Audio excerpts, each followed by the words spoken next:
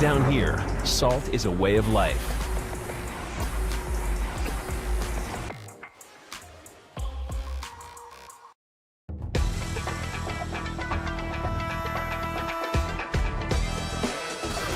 That is pretty much don't get hit moment. Oh my god, you got hit! Oh my god! About to get screwed out. It was so clean. Oh, there it is, the nice reaction to DI. Doesn't want any of it. Trying to drive push again. Caught him jumping back. Overhead, still going. Yeah, he can indeed just chip, but Oh, no way! That's what I wanted to see. That's what I wanted to see. And he done it.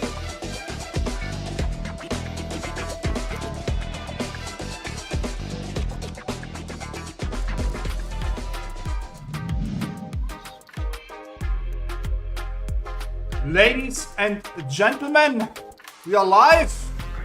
Welcome back, Royal Warrior UK and Ireland, the fourth installment for the points gathering lag. My name is Jay Free, and it feels so good to be back after this break. But right next to me, I got my brother in crime, Jimmy. How you doing today, man? I'm doing great, man. This is gonna be one hell of an event. I'm looking forward to all the matches. UK Ireland World Warrior number 4, possibly a deciding match for this one and only super region in EU. So yeah, I'm super excited. I hope you feel the same.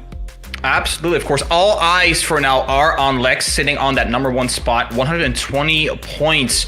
And for those who don't know, the super region, what it actually means is that the one who has the most points total, so not just the top 3, but the most points total, gets that direct Capcom Cup qualification. So the law of mathematics might actually play a role in this tournament. Granted, if Lex gets enough points, and Problem X and Anywalker don't get enough. So Lex does mathematically have a chance to qualify himself for Capcom Cup next year. Yeah, absolutely. And as you said, it's gonna be on Problem X and Ending Walker from Team Mouse, who are gonna possibly make sure Lex doesn't auto qualify today. There is a 5th tournament, and I want to be biased here. I'm looking forward to a 5th event where everything is still open, you know. But either way, like, Lex is gonna have one hell of a run if he wants to make this happen. There are so many strong players. It's still so especially like still, yeah, it's all for grabs still, and especially like the top 9. We got to remember this is a super region, so the second and till the 9th seed, those are going to be the ones trying to qualify through the regional final, and those points are super close. Absolutely, and this is that prize pool for that final as well, for the top 8.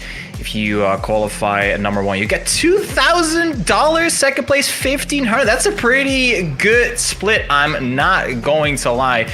So even if you don't quite make Capcom Cup, you get 2nd or 3rd place in that qualification, you still don't go home empty-handed. Even 7th, 8th place, get 300 USD. That's some good money right there.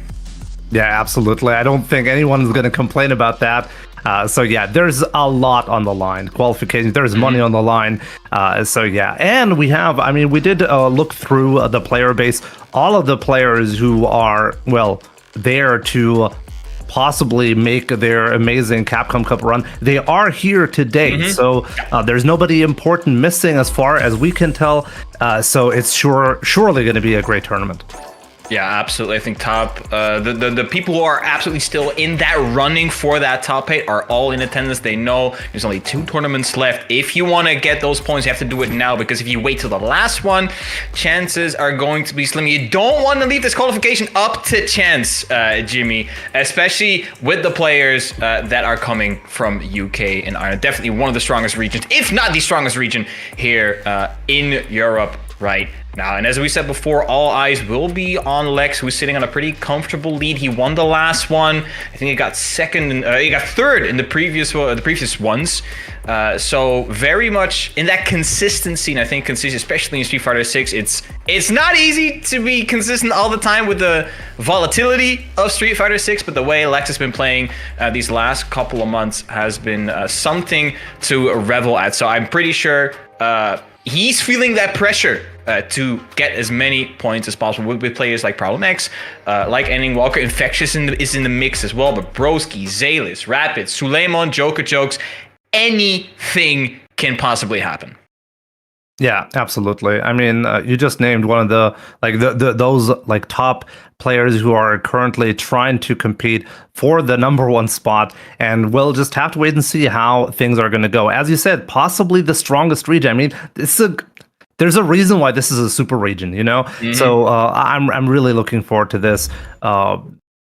Very interesting also to see like how others like Infectious, for example, who's currently like he had such a strong start and he tapered off a little bit, but he's still there, you know. And I'm really wondering if he can manage to take it out of nowhere again like he started off.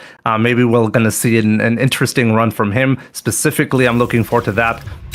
But yeah, I mean, all eyes definitely on Lex today. Is he going to be able to continue his dominating run? And what do the other players have to say about that? Absolutely. For those who are not familiar with the format yet, of course, all the matches will be first to 2 until we get to that top 8. So definitely, if those top players meet each other in the pool stage or in the top 16 stage, there might be some upsets coming. We should be able to get into our first match shortly, which is going to be between Star and Dami God. Star, hailing from London. Not much is known about him apart from him entering all of these World Warrior tournaments. But Dami God, if you're from Ireland, should be very familiar with him. He actually won his local a week ago over players like Skyozer and Dark Onion. And Dark Onion, of course, has been a staple in the Irish community for a very long time. So should be an interesting set. We'll get that to you momentarily. But yeah, should be an interesting set, but entire interesting tournament to be honest. There you go. First set of the day, as you said, Star versus Dami God. It's gonna be Jamie versus Kimberly. Okay. Yeah, so Star kind of came out of nowhere, and I mean, I just recently had to play him in the Saltmine League as well, okay. And he beat me very convincingly as well. So a very, very strong Jamie, and I think he also plays Mai, so we'll see if that's going to come into play. But right now, those two, we'll see what they can do. Oh, drop, unfortunate. That was very unfortunate. Maybe he thought he already had the dive kick, but sadly only on the first drink. Yeah, so that drive rush of Jamie, of course, very difficult to stop with that fierce attack. Oh, whiffed it, but didn't get the whiff punish. So far, Star leaving a little bit of damage on the table, but there it is. The whiff punish goes there and getting dangerous now with those 2 drinks. Oh, amazing anti-air though. Oh, great. Perfect parry backs off. Yeah, that was that awkward height. Well, even with perfect parry, you should be able to get a punish going. You only get plus frames. But Star, he's on that 2 drinks. OD into that level 2. Yep. That's that recent buff coming to play. Dami God now in burn up. It's still on the offense. Yeah, absolutely amazing. There's that DI, but didn't quite work out. But still very much under pressure is Dami God. And there is the stun. And that should be the round. Another drink just to be cool. There you go. Going back to 0 drinks. Oh my days. Stop that drive rush. I'm having none of it. Wow, yeah, you got to be able to do that if you want to stop Kimberly. But yeah, Star really showing that you can't easily do that on the other side. That was amazing. Interrupt the offense. Star, he's on at 3 drinks as well. Dami got really on the back foot. Tried to enter traits. Oh. And there it is, the command grab. Level 1, that is going to be it. Game 1 going to Star. And really, it's really shows immediately Star was able to stop Dami God's approaches with those OD invincible reversals, but Kimberly does not have that option. So drive rush is so much more effective for Star. But right now, and there we go, just doing the reversals, it's working out again. Bro has no cares in the world. Oh, great last frame counter DI. Is going to put Star into burnout now as well. Yeah, is going to go for that side swap. Low is connecting as well. Should be a DI here. Stun not quite guaranteed, but is Star quick on the trigger? That's the big question here. Oh man, fighting himself out of the corner, that was fantastic. But still not quite. Oh, there he. Oh my god. That was so unfortunate, and that should be it for this round. Yeah, there we go. Star converting. That was absolutely beautiful stuff from Star. Kept the juggle going into the Bokoi at the end, and now it's Star on set point already over Dami God. Yeah, it's going really quick now. Happy hour, bro. Very greedy, and we'll see if he's gonna get punished for that. But once again, like, a Star is so effectively fighting himself out of these corners against Dami God. We'll see what's going to happen. Like, one big opening could be really bad now for Dami God. Is this? No, it is actually. Star actually went on the offense. Dami God, having none of it, had to spend the bar. Star is sitting on 3 bars though, and 3 drinks, so there's gonna be a lot of damage on the next conversion. He knows it. Yeah, but got the corner carry again, but he's... Oh, there we go. Finally getting an interruption here. That should be it. No! Uh-oh, both are burnout now. Dangerous situation. Any hit is going to be able to kill on either side. Star keeping the pressure going. He knows his drive gauge is going to come back right now. He is over the ice just in time. He drinks for good measure. OD Paul level 2? What you cooking, boy? Yeah, you can go, like, there are a million conversions Jamie can do from there, but he is going to take a 2-0 over Dami God. What a exciting match right off the bat. Very fast paced, as expected if you really think about it. When Kimberly is involved, either she runs you down or it's the opposite, it feels like sometimes. But yeah, Dami God still has a chance in losers bracket, so still not out there, and I'm sure he's going to be very motivated to keep it up, because this first match, there are so many killers right now. Star, as I said, a bit of an unknown person here in this bracket, but very strong, has been getting some really good results lately. So yeah, congrats to Star for making it through the first round. Yeah, you said that it's so, especially when you're playing against it, can be such a fast-paced matchup. You have to maneuver, but you saw Star do that perfectly. Almost every single run or drive rush approach from Dami God was snuffed out either by the stand medium kick or the OD up kicks or whatever tool Star had at his disposal. Was very able to keep the Kimberly at bay, which is going to be needed if he fights players like Suleiman, who have a very strong Kimberly and is here in the bracket today as well. So yeah, I'm very impressed by Star, and definitely can't wait to see more of him. By the way, chat, you see that beautiful little number at the bottom right of your screen? We do, of course, have a match, Reno, as always. We're already at 27 dollars, sorry, and 45 cents. Lots of codes are being claimed, and of course, shoutouts to Beverly, Yim, and Palm Trees, and of course, Ritas himself for the direct contributions. As always, we have a top 2 payout at the big 100 and the top 3 at the big 150. So keep those codes coming in. Yeah, absolutely. I mean, it supports the players who have been putting so much work, especially in this region specifically. Every match is going to be difficult here. If you make it far into this tournament, we got to make sure those players get paid out properly. So you can make that happen. You can help out. So definitely check out the match at Reno. Absolutely. So one step later for this Pingu Taro. Pingu Taro has also been a big mainstay in the UK scene. Not quite coming through to that top level, but he's right below there. One step layered player I'm not very familiar with myself. Maybe Jimmy, you run into him on rank, maybe? Oh yeah, for sure. I mean, we've even played in Street Fighter 5, Street Fighter League. So he was. Yeah. So Street Fighter 5. Very capable, one of the best players actually. So one step layered right now, showing that as well. Very dominant start. I guess that'll teach me for not knowing about all the players in this bracket, because I'm getting schooled right now. Very interesting stuff.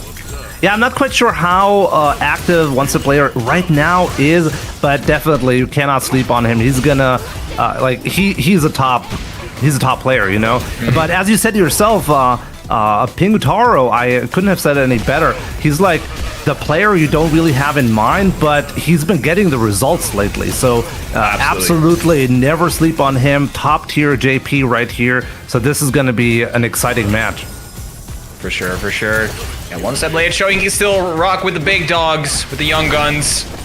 It's on the deficit when it comes to HP, but now huge here. Pingu Taro, he does of course have that amnesia. Gets himself out of the corner. Level 2. All right, it's time to guess. Wait, you wow! He got out of that. I don't know how. Uh-oh, burns himself out. One step later has to be careful now. JP can do a lot of chip, and now also has that drive cage back. Hold on. Oh, so patient right now. Wait, Oh no my way, God, no what? way, no way! No way. No. The buzzer beater! I cannot believe that worked out for a one-step layer. What was that? Pingu Taro tried to be patient all the way through. He was expecting a jump in that never came. Genius play right there to make the comeback. Yeah, But also we'll some good see. patient for one step layer, keeping right. He was right in Pingu Taro's face, so he knew he can't just go for the spike point blank.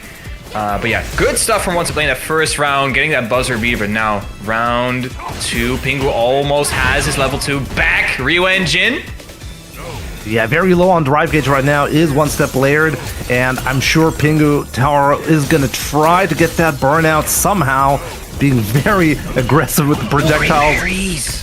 Level 2 is up, and Just there... going for the throw, and we can, of course, convert from that. Again, attacking the drive gauge. Burnout again here for one step layer. However, that level 3 is an up. Went for the dive kick right there. That was amazing. Somehow One Step is playing like a genius while he's in burnout, but there we go, finally getting an opening, and now it's not looking that good.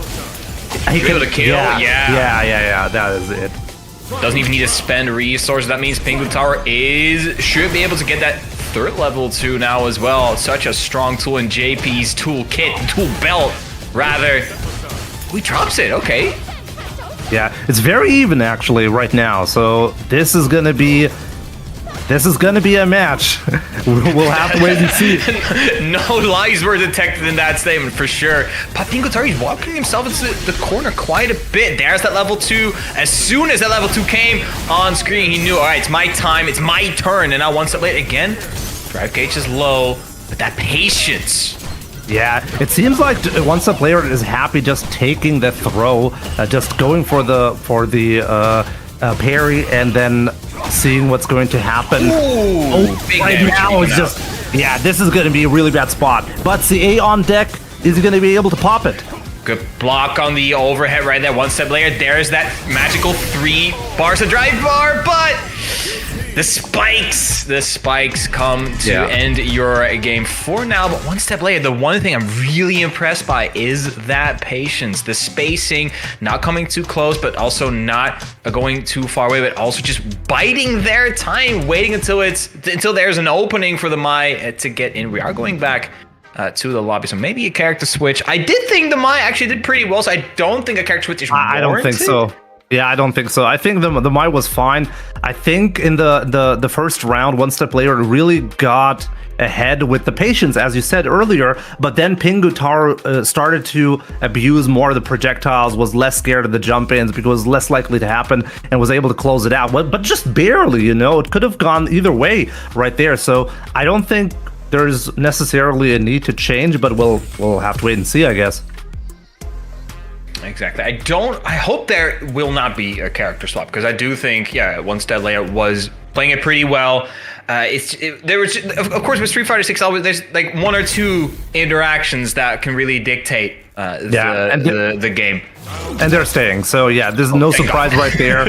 Yeah. It was looking fine, so I don't think this was necessary. Great drive rush right there, but unfortunately couldn't get much. Ooh, the drive rush check though? Crouch medium punch? Oh my days. That was really good. That was so deep, it was actually safe. Yeah, brilliantly spaced for One Step.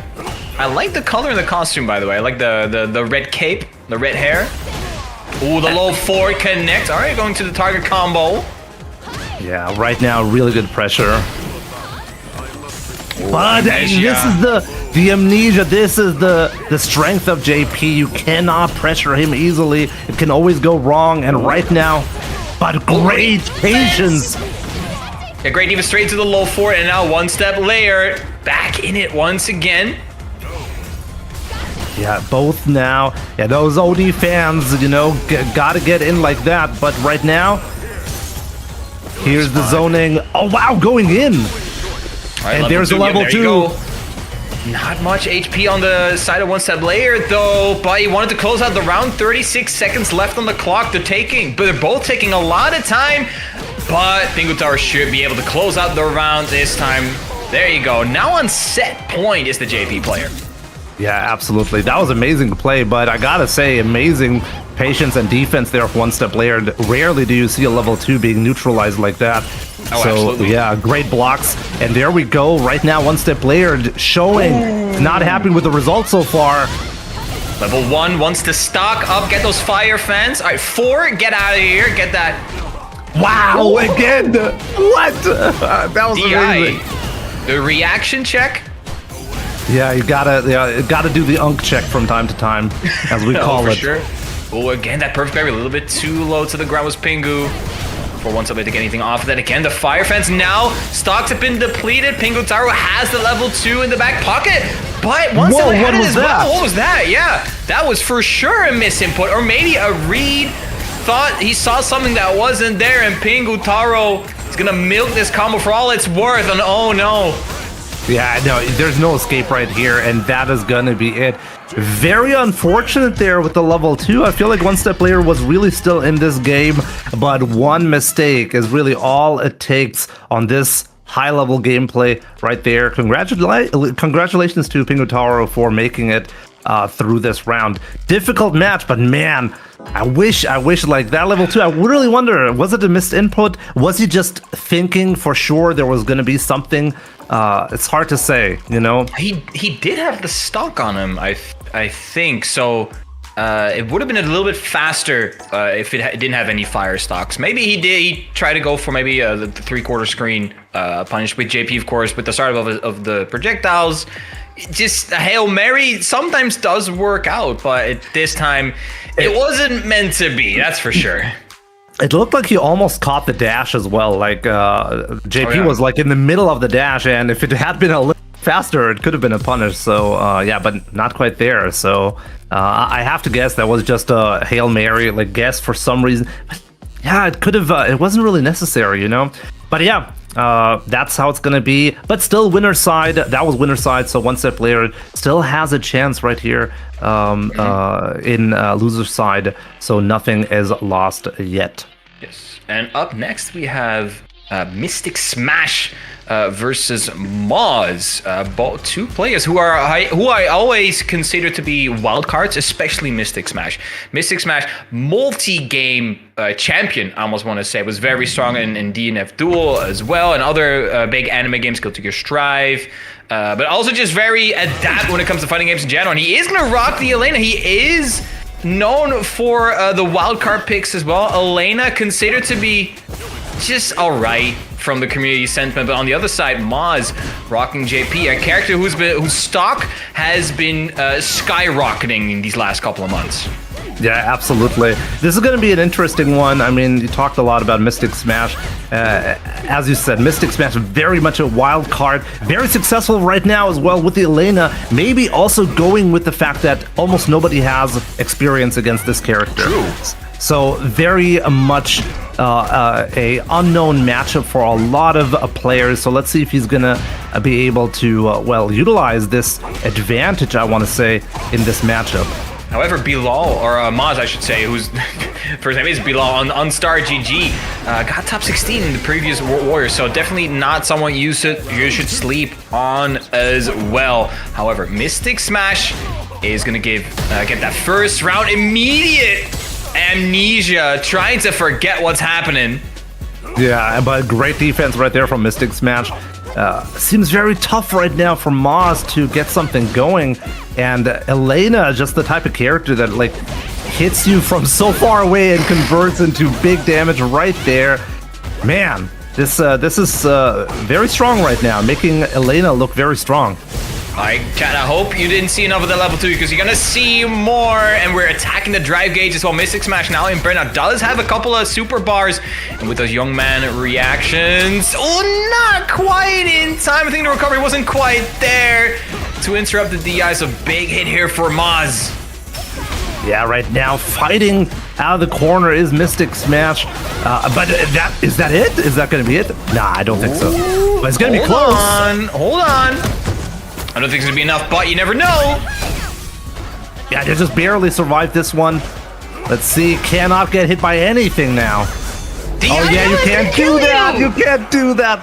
Ah man, the muscle memory. You have to fight the muscle memory and Moss to do that right there. I can't blame him. You know, like you see the DI, you want to counter it perfectly. Is that the anti-unk check? Yeah, kind of like that, right?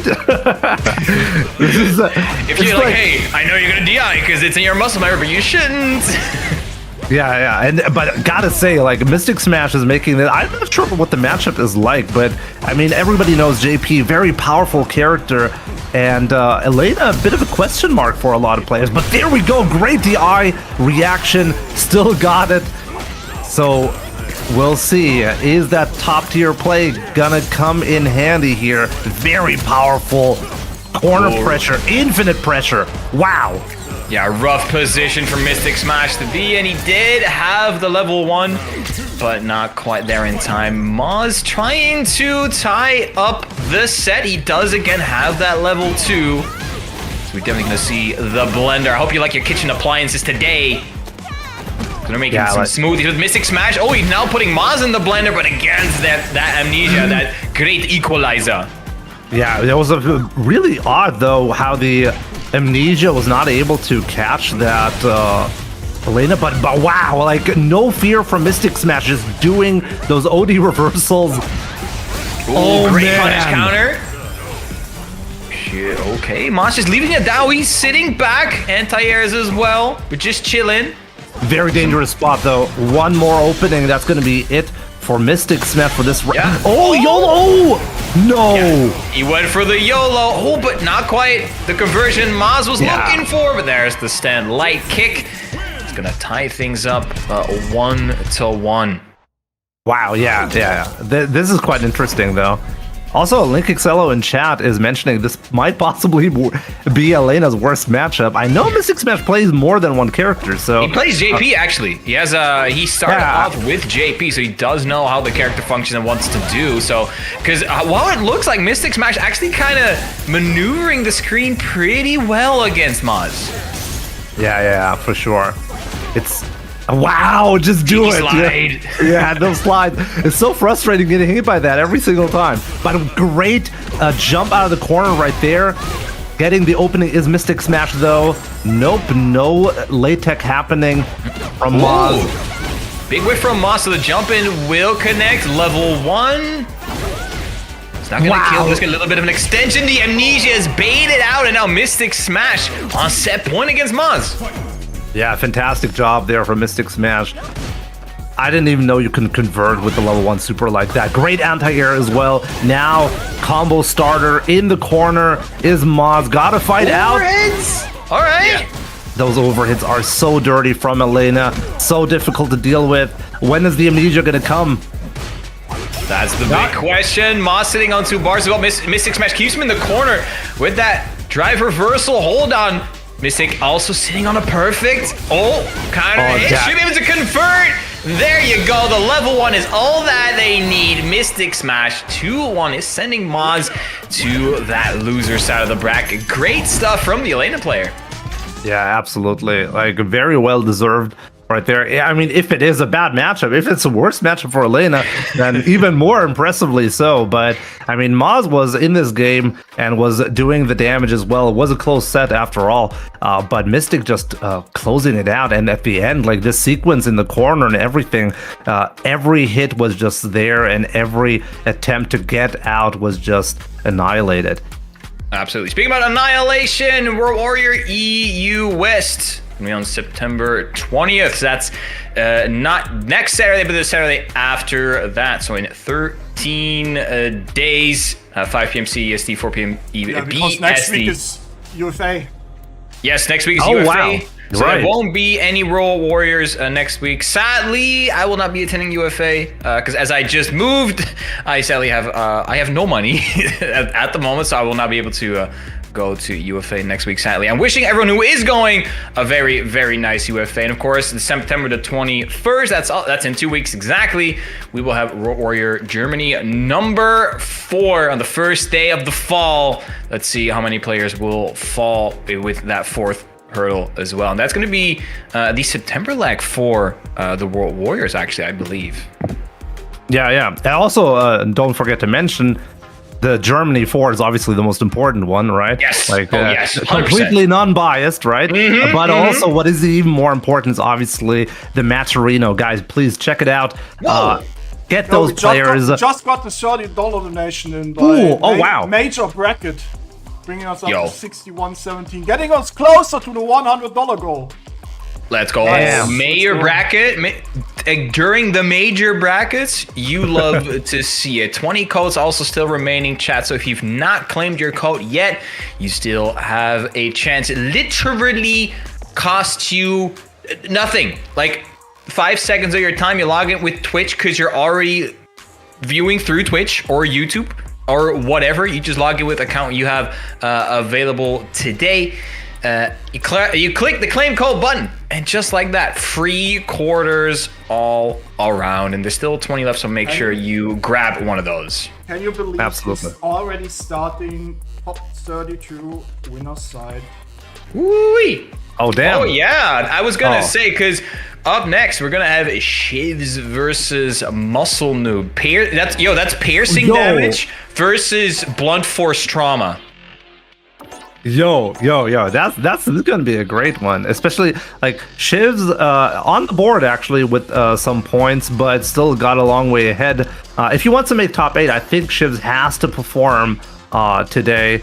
Muscle Noob a little bit further, sitting a little bit more comfortably, but obviously everybody wants the points, and Muscle Noob genuinely, if Muscle Noob makes like a really good run today, he's gonna be like, he can solidify himself well into the top 8 actually. Oh yeah, so 100%. so this is a possibility. So I'm sure both players are going to be motivated, and I'm sure it's going to be a great match. I'm actually not quite sure like what Shivs is going to be playing today. Muscle Noob, I'm assuming, is going to be the Ken pick. But the 2 top players, Shivs, a bit more from the Street Fighter 5 era, but I have seen some great stuff from his jury play actually, so we'll see if this is going to come into play today. Also actually made an appearance on Street Fighter League last year as well, of course. Oh, right.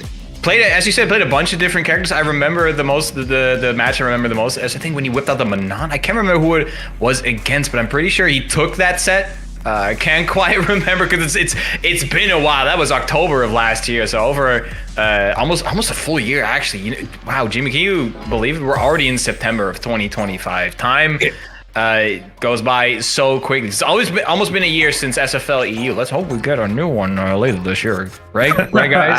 Absolutely. I know you are a commentator now, but please can you stop playing your ranked game and actually get Shiv's gotta be ready. He wants to be perfectly warmed up. We gotta have some, we gotta understand him, you know? But yeah, this is amazing. Absolutely. But yeah, one thing I want to mention is everybody has been grinding so much. Everybody can play so many different characters. This is the most impressive thing I feel about Street Fighter 6. People can play so many characters on the highest level. I don't even know how that's possible. I can't do that. So yeah, really shout outs and kudos to all the players who've been putting in so much work, trying to maximize their chances of winning just by getting those perfect matchups every time, you know? Have you watched World Warrior Japan today? It was crazy, man. That's crazy, man. Oh, How many people did enter? 2,000 something? Yeah, more than Crazy. 2,200.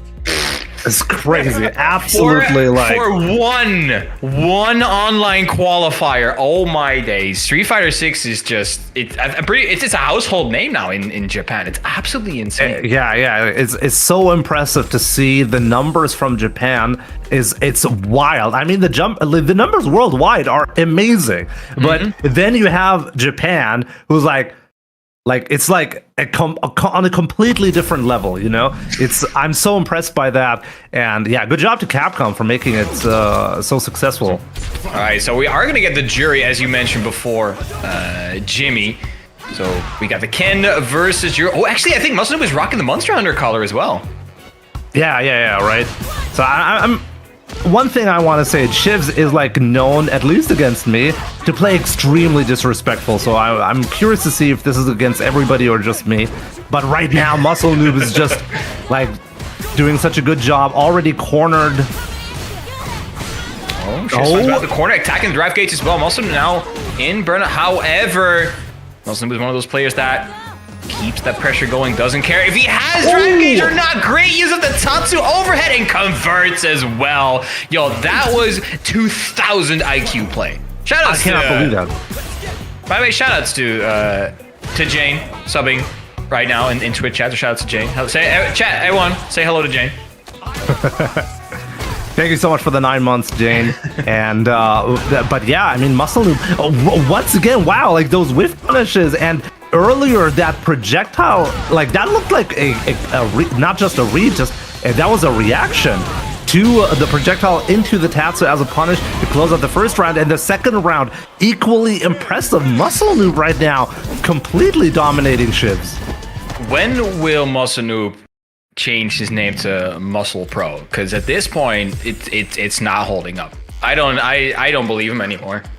Sometimes when you see Muscle Noob play, you're like, hey, this guy, like, he's the best, one of the best players in the world. Sometimes his reaction speed genuinely looks unreal, inhuman, you know? And right there, Shivs immediately switching characters. Let's see if the Kami pick is going to pay out or not. Gonna find out right now. Like, little walk back, couldn't quite punish the dive kick, though. Oh, the low 4 from Shiv, finding its mark. Okay, now Muscle Noob in the corner, but he's not having any of it, Jimmy. Immediately going for that ODDP. Yeah, right now, like, Muscle Noob is, like, there's so much confidence in his play. Absolutely crazy. And all the reads are correct, and that puts him on match point right now against Shivs. Oh, he's having no... Oh, almost got the convert. He baits out the DP. A little bit of desperation is coming out of Shivs.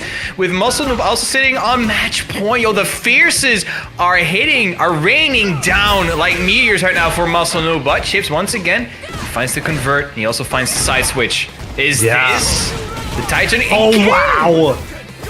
Everything is working out for Muscle Noob. But yeah, great play from Shivs, staying in this game. Well, shouts to Anonymous, by the way. 20 gift subs, gifting as much subs as Shivs is trying to do damage to Muscle Noob. I don't think that's going to be enough. It's going to be close. Yeah, it's not going to be enough, but still cannot get hit by anything. Like, Muscle Noob can still kill in one hit. Oh, great whiff punish. What a sweep. Very, very nice. The longest range low button Shivs had available to them. Muscle Noob, not gonna roll over just yet. All right, throw in Lupin. Not this time. No, Rang Lash puts him in plus frame, still pressuring is Muscle Noob. Last time Shivs got out of this situation very impressively, and once again getting out, but still taking the damage and side switching with Rang Lash immediately. Absolutely. Muscle Noob calming down a little bit. Oh, he's baiting stuff with the run, the empty runs. Ooh. Shivs again. Going for the invincible option. Muscle Noob was close to Bretta, however, not anymore. Out of the danger zone 4. Now Muscle Noob finds to confirm the bow, sitting on a couple of bars. Yeah, can he kill here? No, he cannot. No way. Yeah, however, Muscle Noob should be able to. One low forward is all it takes. There you go. That is the whip punish. Wow, you called it out. Dude, that was amazing. You knew exactly what Muscle Noob had to do. You should be the one playing here. I looked into the future. Sit down, shut up, and let me get into that top 16 winner side. Muscle Noob 2-0 over Shivs. Although I did like the adjustment from Shivs with the Kami, sadly, it wasn't quite good enough. Yeah, there were some genius moments right there from Shivs as well. Really, it started with just absolute domination from Muscle Noob. Then Shivs kind of recovered a little bit, but it was just not good enough. Excuse me? Yeah, he's pretty good for a commentator, yeah. He's pretty good for a commentator. Yeah, right.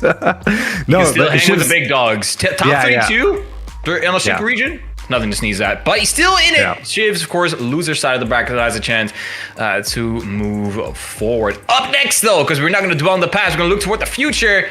Up next, yes, we have Rapid Monsieur Le Goat versus Joker Jokes. That's gonna be a good one. Like, I'm not quite sure. Like, this is probably gonna be Ed versus JP, I guess. But we'll see if that's you gonna sure? happen. Yeah. I mean, Joker Jokes has been playing Ed. Oh, then did I miss out? Did he switch from the Cammy? I mean, I have seen him on both, but way more on Ed lately. But Okay, we'll see. okay. If you look at the ranking, right? So Rapid is currently 7th place, and Joker Jones Oh, yeah. is only 3 points behind. Mm-hmm. Oh, yeah. This has a lot of implications when it comes to point standings for this top 8. Both Yeah, are... Oh, let me Fighting check. for the top 8, you know? Yeah, I yeah. think Joker Jokes is just barely hanging in that top 8. Yeah, yeah. But yeah, they Wow. both need a good result. Yeah, yeah, definitely. This could be a make or break situation for either one of these players. You definitely want to put yourself in a more comfortable position here. But yeah, it should be a good one. Like, they're almost equally, well... They're almost dead even on points, yeah. Yeah, they're completely even. It's crazy, right? You don't... And this is what I was talking about earlier as well. There are so many players who are really close by. I mean, if you just take a look at, like, a 6th to 9th place, almost the same points, is so close, and anybody can still snatch it here. So we'll see if that's going to happen with the Ed pick, or no, it is with the Cammy. Oh yeah, Once no again, looking to snatcher. the future. By the way, quick shout outs to WZRDX donating $17 to $17 to the match arena. We're now at $80.70. We're having some hiccups, Yeah. I believe. Hello? Oh, wow. We need Okay. we need roll forward. No more roll back. Roll forward, please. Yeah, there we go. Starting up right now, though, it is going to be the Cammy pick, and probably when it comes to JP, this is the better pick right now to have a Cammy. But we'll see. Rapid has been known to rock not only the most beautiful JP color in the world, but also a very strong, well, They're a little coordinated, optimized though. JP. Joker also running the orange. Yeah. I love I the love silver. this. I love the love silver this. on the JP. Yeah, great colors on both sides. However, Joker Jokes looking a little bit stronger versus Rapid right now. However, you don't want to be full screen against the JP, but you find the Cammy can't quite convert. Yeah, wow. Oh, wow. Great jump right Hold there. on.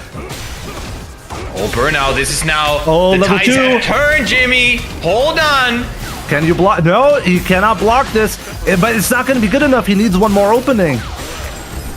Oh, Rapid. burning himself out.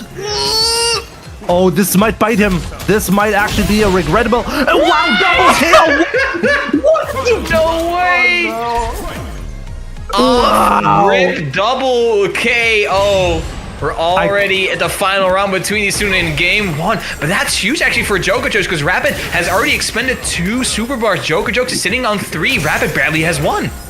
Yeah, this could be a big advantage right now in this final round that we're seeing so early because of this amazing double KO. We'll see if Rapid can just... Oh, wow, missed the punish there on the sweep. But great conversion there on the can strike punish. Yeah, Rapid sitting on a pretty decent life lead right now. Joker Jokes happy to be patient, but not patient enough. Rapid with a huge conversion. There's the level 2. Actually, that's going to be enough with a perfect as well. Rapid taking that first game. Yeah, very back and forth right there, and Rapid getting this advantage right here, but Joker getting the opening right away. Not happy with this first game. Let's see, but there is the amnesia. Definitely. I was gonna say, so important as the Cammy player to get close to the JP, but JP's such a slippery character, able to get out the corner as well. The amnesia is so effective. Punish counter, throw it, going for the Oni command grab. My days, Rapid, have you no respect? Yeah, match point already, and that was so disrespectful, as you said. That command grab, major risk, but paying off big time. And once again, Joker starting off by getting Rapid into the corner, but always able to fight out of this successfully is Rapid, but we'll see if this is going to continue. When is the Amnesia coming? Clocked on the dome, but no confirming. Wasted 3 bars on that. This was a huge... we'll see. Can Rapid get this round right here? He only needs 1 more opening, I just realized. He does. Sitting on that 3 bars, he can either spend on level 2, drive rush to get away from the jumping, create some distance. Oh, jab confirm into level 3, and that should be enough? more. That should be enough. He was in the yellow. Hold on, but though. he started with a jab. Maybe. Oh, no, it isn't. Wow. Okay, getting that 2-0 victory. But yeah, I mean, even though this was 2-0, I'm sure Rapid is going to be happy about that. Because 100%. man, was he pressured every single time, but successfully fighting out of that corner. That is, well, what JP can do. You know, that Amnesia like really forces every player to respect. You cannot throw, you cannot hit, you can't do anything. You gotta be a little bit more patient. But this time around, it really worked out for Rapid. But yeah, Jokojo still has a chance in losers bracket, not out of the tournament yet. So yeah, we'll see how far he can make it. Absolutely, that was a banger matchup in chat. I hope you're still here. You're not taking a break because we've got more banger matchup. But before we do that, more promotion for the next 2 Warriors. Of course, next weekend we're taking a little break because we have a UFA coming up in Paris, France. The week after that, on Saturday, we're going to have the World Warrior EU West on September the 20th. Last day of summer, Jimmy. Can you believe it? Summer has come and gone already. But yeah, 5 p.m. CEST, 4 p.m. BST. His link is right on the bottom right there. And to close out the September leg of the World Warriors, it's the greatest region. Yeah, the greatest. The best them. region. There you go. Germany 4 right there. Do not miss out. Absolutely the best players in the world fighting in Germany for September 21st, 5 p.m. CST or 4 p.m. BST. Don't miss out. I'm going to try my best to play in that region as well and do my best. So yeah, don't miss out. Register or watch. And definitely do not forget about EVO France. Exactly. You're going, Jimmy. Yeah. Actually, I wanted to go. Sign up is closing today, actually. So if you want to go, you need to sign up now. Yes, right now I have signed up. I will be there. I will be in the bracket. Sadly, no commentary for me. Evo did not think I was good enough yet, but we'll see about that next year. But I will be attending for sure. I need a Jimmy, like right now. I'm not even sure if it's... I feel the pressure right now. Oh my god. Open, by the way. I am sure, like this, I feel like this is the Capcom Grand Finals, like the CPT Capcom Cup. This is the pressure that I'm feeling right now. I have to because it's the final day. But yeah, it's actually a bit unfortunate because I'll probably not be able to make it. I wanted to make it. I know, like next year, he's stuck in. Next year, it's going to be in Nice again, right? So I think this already been determined as far as I know, and I'll definitely make it right there. It's a bit unfortunate because with the planning, my twin brother is actually getting married right around the same time. It's so unfortunate. I would love to go. All excuses not being able to go, that is a pretty good excuse. I won't lie. Yeah, right. No, there's just a lot of planning still. Should just have told them, hey, marry your wife and me. Yo, get married at Evo. Like, but in between, like, top 8 of, like, Tekken and Street Fighter, you have a marriage ceremony. There you go. Actually, that sounds like a plan. You know, that could work. But yeah, I mean, I'm not sure if he's happy to, like, change up all the plans for now.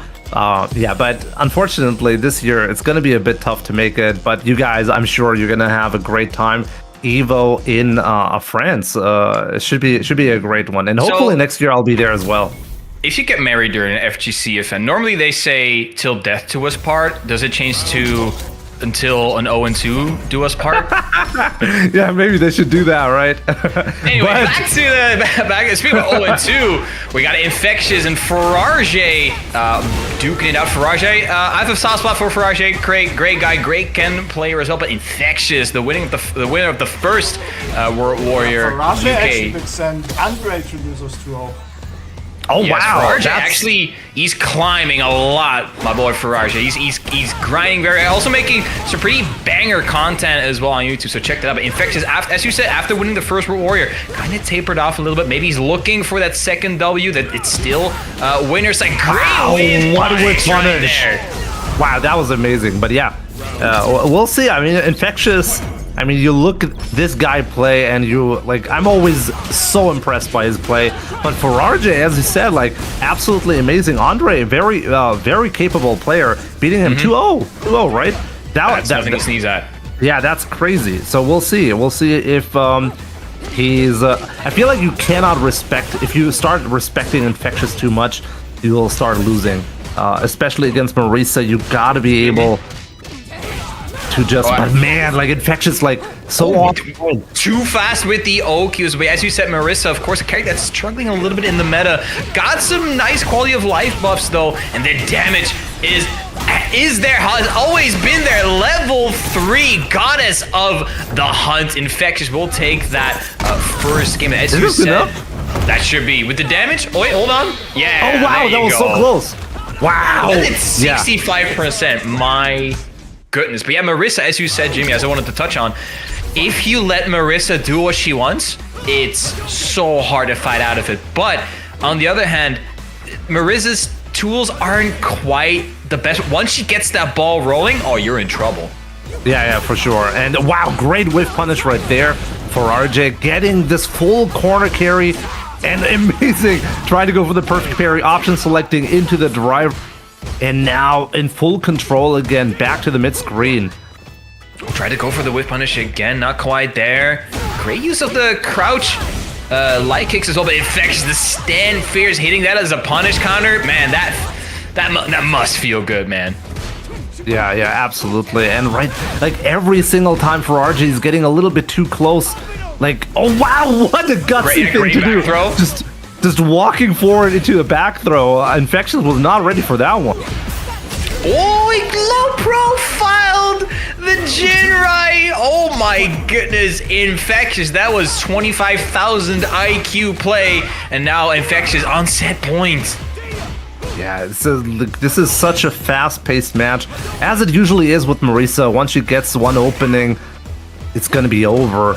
I feel like for RJ, he's like unnecessarily going in too fast. I feel maybe slow it down a little bit, try to play a little bit more with the fireballs. Marisa does have a bit of a struggle against them. Bait out the Gladius. There we go. All right. Punish counter throw, calls out the parry. We are with our backs against the wall. Infectious has shown he doesn't mind to be in that corner. Yeah, exactly. But I really like this. It's a little bit better spacing now from RJ. And as I say that, he gets opened up and put right to the right corner. And one more opening. This is so dangerous now. Cannot get hit by anything. That was two hits into level 3. Still at 50% for RJ though. Yes, straight into level 3 recover. Actually, CA this time. So we're gonna shut up and sit down for a second. But yeah, for RJ, trying to recover that drive gauge as well right here. Crucial.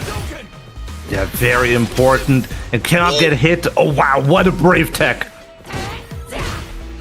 You cannot. Wow. He's absolutely crazy. Bullying himself into the next match. That was insane. Just pressing buttons, even though the burnout was there. I think for RJ was just really not looking for such an aggressive style when in burnout. But there you go with Infectious.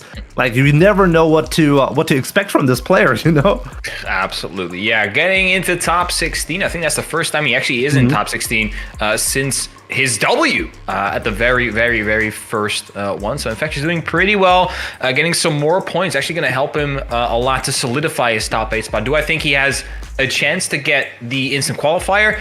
Mathematically, he could still do it, but I think the chances are slim. But this helps him to stay within that top 8 right now, which of course that win is doing a lot of legwork. But still, you want to get as many points as possible to get better seeding as well. If you want to be ideally in that top 4, so you get the winner's side seed instead of the loser's side seed. And so far, Infectious is helping his standing with that tremendously by getting into winner's side top 16. Last match of top 32 winner side. The second place of last time, Zalis versus Teeny Tiny Tony. Oh wow, That's that's gonna be a good one. I think it's so funny. It's called Teeny Tiny Tony. He's playing objectively the largest character in Street Fighter 6. It's kind of funny, right? Yeah, I mean, Teeny Tiny Tony. Absolutely, I don't think I've played him lately, but I do remember early Street Fighter 6 days where he was just such a dominating force. Like early on, I know he's been grinding a lot. So yeah, well, we'll see how that's gonna go. Yeah, especially 2026 or 2025, my bad, has been doing very well for Tony. I think he is not quite near that top 8 position, sadly. So I think because I don't see him anywhere near the top 8 standing. So maybe not going for the CPT qualifying top 8 anymore, but just here to get as many points as he possibly can.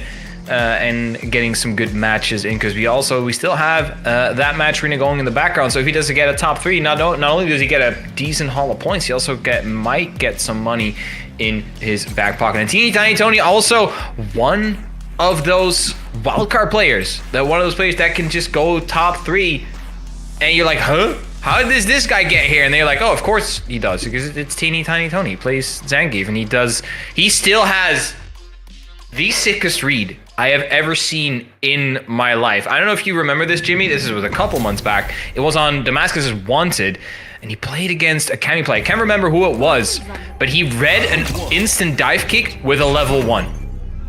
Okay. Yeah, I didn't really know about that, but I do remember Zalis, like both Zalis and Teeny Tiny Tony. I feel like both of them kind of like, not like super known. Zalis right now is in the top 8, right? So he definitely actually number 6 right now. Yeah. So he's actually fighting right now for some good points. As you said, the top 4 do get to start in winner's side, so this is something to look out for. But yeah, I'm sure, as you said, Teeny Tiny Tony right now. Wow, what a punish counter! Is gonna try to get all of these points right here. And I'm like, one thing to keep in mind as well, Teeny Tiny Tony so far has been able to beat ISTD, and ISTD is number 10 seed in this in this CPT. So he can definitely do it. So it should be an interesting one. Mm-hmm. Yeah, Zalis actually doing very well in the standings. You can see why whipping out with the Aki, very much keeping Teeny Tiny Tony at bay. Oh, watch out for that drive gates. That level 1 is actually going to put him in burnout. Yeah, this is going to be huge right here. This is so difficult, though, for Zangief. Oh, great fierce attack right here. Fighting so well so far, but there it is. Cannot stop the drive impact. Zalis does have a great advantage right here. Almost out of burnout, though. He got him. He reached. Oh my days, man was churning it out, that 720, and now Teeny Tiny Tony is working himself back into this game. Wow, I think Zalis was pressing button. Oh my god, amazing! Wow, he just barely recovered from that. Oh my days, there you go, in the running bear grab, the double suplex. Teeny Tiny Tony forcing a final round, but Zalis sitting on 3 super bars. So it's going to be a little bit rough. Nice backdash straight into SPD. Like those reads right now from Teeny Tiny Tony, they're really paying off. But getting anti-air. Yeah, wow, both players here just like, this is such a back and forth match so far. It's absolutely incredible. I thought it was going to be a little bit more one-sided because Zangief should have a hard time getting in, but it seems like Zalis driver command grab. Oh, Tony, he's last. Oh wow, what? Wait, hold on. He has a level 2, so a little bit too greedy. Yeah. Oh man. Yeah, not spending it right now, but any hit from both players could really do it. Level 3 is on Teeny Tiny Tony's side. He does have that available to him. He has the drive gauge as well. But the Odi Lariat into the jackhammer is going to give him that first game. Yeah, wow. Like, as we said earlier, you cannot count anybody out. It doesn't matter if you're seat number 6 or seat number 5,000. It seems like every player here is here to grab those points. Absolutely, of course. Zangief is a little bit one of those equalizer characters. It doesn't matter how good you are. If you get hit by that SPD, it does the same amount of damage, and it's gonna hurt, because there you go. Yeah, Tony has been so good with those command grabs, but right now, kind of a rough spot. This corner, wow, amazing jump. Let me put myself into the corner real quick, you know? Yeah. This is not what Zalis wanted, for sure. Oh, wow, great jump them. Zalis, yeah, is going to be able to cash out with that level 1. Gets away with putting themselves into that corner. That was a little bit goofy, if you will, right there. Zalis, yeah. That was maybe a little bit of a lapse, but he got away with it. Yeah, sometimes those things can happen, but Zalis playing it cool. All part of the plan, you know, all good. Wow, amazing drive impact right there. Knowing that hard punch was gonna be hold, but right now, I feel like a command grab is coming. It's coming. There's 3 certainties in life. It's death, taxes, and teeny tiny Tony hitting you with an SPD. For sure, one more hit's gonna do it with level 3. He tried to go for it. This is rough. Oh, yo, the command grabber getting command grab Zalis. He's trying to force out that 3rd and final game, but Tony, he's still in this. Hold on, he's walking forward. Bulldogging is into the corner as well. Yeah, this is so scary right now for Zalis, even though he has the advantage. Oh, wow, the chip, it was good enough. Oh, I didn't even see that. That was great play. Great recognition from Zalis, seeing that Tony did not have the vitality left to eat the chip damage off the level 3, forcing out that 3rd game. And now teeny tiny Tony, he's still in this, but so is Zalis. Let's see how it goes. Yeah, this is to get into top 16 winner's side, and there's so much on the line for both players. Oh, amazing! Just barely. What's the Oki? Just walk forward, grab. All right. Wow, that was such a meaty grab, and that's going to be it, taking teeny tiny Tony to set point right now. Does indeed. And Tony just immediately walking forward. Oh, he's had that great drive reversal, but a great jumper from Tony as well. The reads have been there this game. Yeah, and already is Zalis in the corner. Very dangerous now. Trying to be patient, but Zalis knows about it. Gets out of it by pressing buttons. Oh, amazing punish as well. And the Larry being a little bit finicky for anti-airs. There's the perfect parry though, and you're gonna go into that corner. A couple mix, but no, the headbutt is gonna connect, and we're gonna convert into that level 3. And teeny tiny Tony is gonna move on to top 16 winners. Yeah, amazing play. Zalis, unfortunately, tried to jump. I don't blame him, you know. I mean, he's been command grabbed so many times, so I really don't blame him for that. But it was the wrong call, getting hit there at the end. Teeny tiny Tony with an amazing way to close it out, and also making sure that this bracket is going to stay very interesting, because if somebody who's currently ranked number 6 in the leaderboard when it comes to points is not really making it far, somebody else might step in. So this is going to be exciting to see. Teeny tiny Tony, good job making top 16 winner's side. Let's see how far he can go. You're absolutely right. When it comes to points, it's absolutely zero sum. If you don't get those points, someone else will. And with the spots Zalis is holding right now, this is going to have huge implications for that top 8. What else is going to have huge implications is other War Warriors in the future, as well, as we said before. EU West number 4, September the 20th. That's in 2 weeks, because next weekend is UFA, so we're having a small break to get all of the best EU offline action in between the online action. And on the day after that, once again, the greatest nation, the greatest World Warrior region, September 21st, it's going to be Germany, Deutschland. Of course, links and times on screen right there. Yeah, Deutschland, let's go. Everybody sign up, you still have time. Ab jetzt der Stream Deutsch only. Jetzt deutscher Stream, okay. so willkommen alle.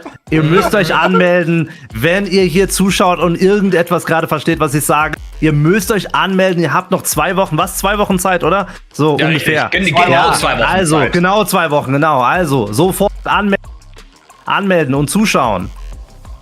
Richtig, Beides. richtig. So yeah, back to English though. So yeah, if you understood anything that I just said, just register, please. Please register. And Bro, also, we got definitely. Daigo Umehara himself claiming a code. That's not him, right? That's just, Oh yeah, wow! I just realized. Yeah, you're That's right. 100%. that's not him. That's That's not him. 100% him. I just told Daigo, hey, claim a code, and he showed up. It was like, Alright, Yes, cool. there Let's we go. Shout out to Rexu also claiming go. That's 2 remaining, chat. So for those who, oh, okay. So I just got told by Capcom higher ups. Yeah, I have a direct line to Capcom. If you claim a match arena code right now, I can guarantee you that your next low forward will connect into Drive Rush and it will win you that ranked set into your next rank. here we have our top 16. Yeah, amazing. Yeah, this is gonna be a great these are so many great matches. Lex versus Rapid. We have Infectious versus Broki, a rematch of the grand finals of the first UK Ireland event. And Problem X versus Muscle Noob gonna be a great one as well. And Ending Walker versus Teeny Tiny Tony.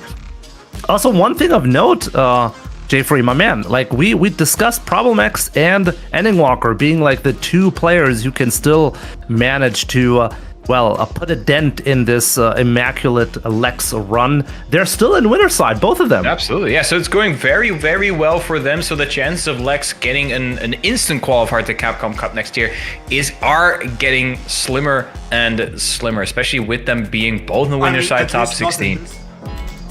True, Yeah. but there's still one more after this, of course. There's still all to play for. A win for either of those 2 can also definitely put them right in the spot for that instant qualification spot. I'm pretty sure all 3 of them know this, so it's going to be a blockbuster couple of sets between these players, because we're not even in top 8 yet, but we're already talking about mathematical implications when it comes to the War Warrior qualifications. So it's going to, every single set is going to have huge consequences to the standings. Yeah, absolutely. And very, very interesting to see how this is going to play out. Also, interestingly, that like Lex is not going to meet either of these 2 players like Problem X or Ending Walker until top 8. So we'll see how that's going to be playing out. But now we're going to be seeing Lex versus Rapid. It is going to be Guile versus JP. An interesting matchup right there. What do you think about this one? I mean, it's 2 zoners, right? 2 zoners going at it. I think, of course, Lex rocking the quote-unquote the first zoner in the world, first zoner ever to be seen in a fighting game with the Guile. But it's so weird, right? In Street Fighter 6, even though both of these 2 characters are zoners, you can already see they're also just kind of going in, because with the system mechanics being what they are, they also allow for the zones to be very, very, very aggressive. So it's going to be, it's an interesting matchup regardless. Yeah, for sure. I mean, this is not how you normally see Guile being played. And I mean, Lex is definitely an unorthodox Guile player himself, but especially so in this matchup. But right now, Rapid getting this jump in, 1 Sonic Boom too much, and immediately getting punished super hard. Is this gonna be enough? Wow, what? Whoa! Wow. He T-posed on him, man. Establishing dominance very quick, but we know Lex very, very strong in somewhat longer sets. Oh, the upside down kick straight into the level 1. Rapid close to Brent now as well. Yeah, it was holding the parry, hoping that Lex would finally clip him so he can regain the drive gauge. Not gonna happen, and right now this is gonna be perfect KO by Lex. What a response! You have awoken the beast. Yeah. I mean, Lex really showing right now why he's the #1 seed at the moment. But man, great opening by Rapid. This is gonna hurt a lot, putting Guile back to the full screen positioning. And yeah, like so much mileage, but there it is. OD flash kick. A great use of the medium punch there as well, but there is the blender. More kitchen appliances on stream today. And Lex betting on it with the OD flash kick. Recovers in time from the whiff grab. Rapid is finding an opening though. Undeterred by those 7 goals as before. Rapid actually taking that first game. If he takes it now over Lex, that's a bit of an upset. Yeah, for sure. But I mean, everybody knows Rapid can do this. I mean, he has the skill to pull it off, but I mean, kind of rare to see Lex so many times getting beaten, and like those OD flash kicks that were whiffing level 2 that was hitting a lot of stuff going Rapid's way right now, trying to get that perfect, I mean, not perfect KO anymore, but I mean, oh wow, what a way to fight out of the corner. JP has so many great buttons to deal with that. Oh, great air to air though. You can see Lex now trying to neutralize situation, but Rapid again after perfect parry, so tons of scaling.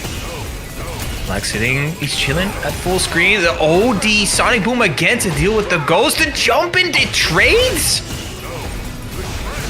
Yeah, this is gonna be, oh wow, like Rapid cannot, oh, I was just about to say, cannot get hit by any Sonic Boom, so you cannot do that. Wow, great awareness by Lex. Yeah, very well. He had the intervention or the up at the ready. He's like, you know what? Just one hit, one shot, one kill is all it needs. Yeah, but right now, Rapid fighting for his drive gauge. Lex trying to make sure he doesn't recover. But right now, it's actually Lex who's low on the drive gauge, getting put to the corner as well. This is not a great position to be in. Trying to go with the forward fierce, but low profile. That's now Rapid's chance to do a lot of damage. Didn't go for the level 3, wants to save for next round. Lex going for the reset. Yeah, that was so sneaky, but the Rapid really great awareness to make that. Oh wow, that is a bad position now to be in. Oh, that great. Is huge. Rapid though, you have to be careful. DI connects. That should be it. That should be it. Yep.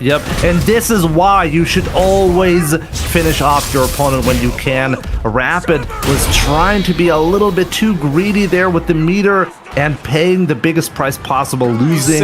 He's saving the meter for the next game, you know? Yeah, Exactly. It's you never want to see this happening. You're better off just spending the meter, and I really hope more players learn from this, because it just feels so bad when this happens. I'm sorry, Chad, but compound interest is not a thing in Street Fighter. I have to apologize. It doesn't work like that. And Lex knows, and he's capitalizing. He keeps the aggression going. He's actually going to get another perfect if he doesn't drop it. There you go. The stand fierce. Wow. And set point as well. Very true. Oh, great jumping. But didn't finish it. Oh, wow. Heavy. Okay. There we go. The full screen positioning. This is exactly where you want your opponent to be. If you're Rapid, getting the teleport. So much pressure, so much blocking from Lex. Great whiff punish right there, but doesn't get much out of it. But there we go, the opening. Lex, he's sitting, he's close to that level 3. Rapid though, he's burning himself out. He does have the level 2 on deck. Lex knows he can just chill. He has that life lead. But there is the Lavushka. What are you gonna do? You're gonna jump forward? Oh, you're gonna get clipped as well. That was such a smart level 2 by Rapid. Really needed to recover some drive gates, so putting up that level 2. Very smart, but right now he's actually in a terrible spot. Oh, no, even a more terrible spot. Lex finds the conversion. 2-1. Lex putting himself on the winner's side, top 8. Rapid still having a chance on the loser's side, top 16. But as you can see, the consistency that Lex brings to the table, the amount of the amount of calmness he exudes with the Gao, and it's something you absolutely need when you do play the charge character. It's something to behold, and Lex knew, if I just keep calm, I can get through all this shenanigans on screen. He made it work. 2-1, moving forward to winner's side, top 8. Yeah, but definitely, like, shoutouts to Rapid as well for making it such a close match. I mean, this is absolutely no easy task considering how dominant Lex has been in this region.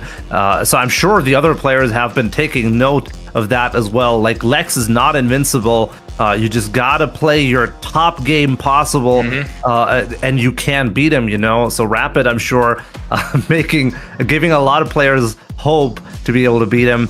But yeah, nonetheless, Lex top 8 winners side, no surprise there. Rapid is still in this tournament in loser's side, fighting for that top 8 spot.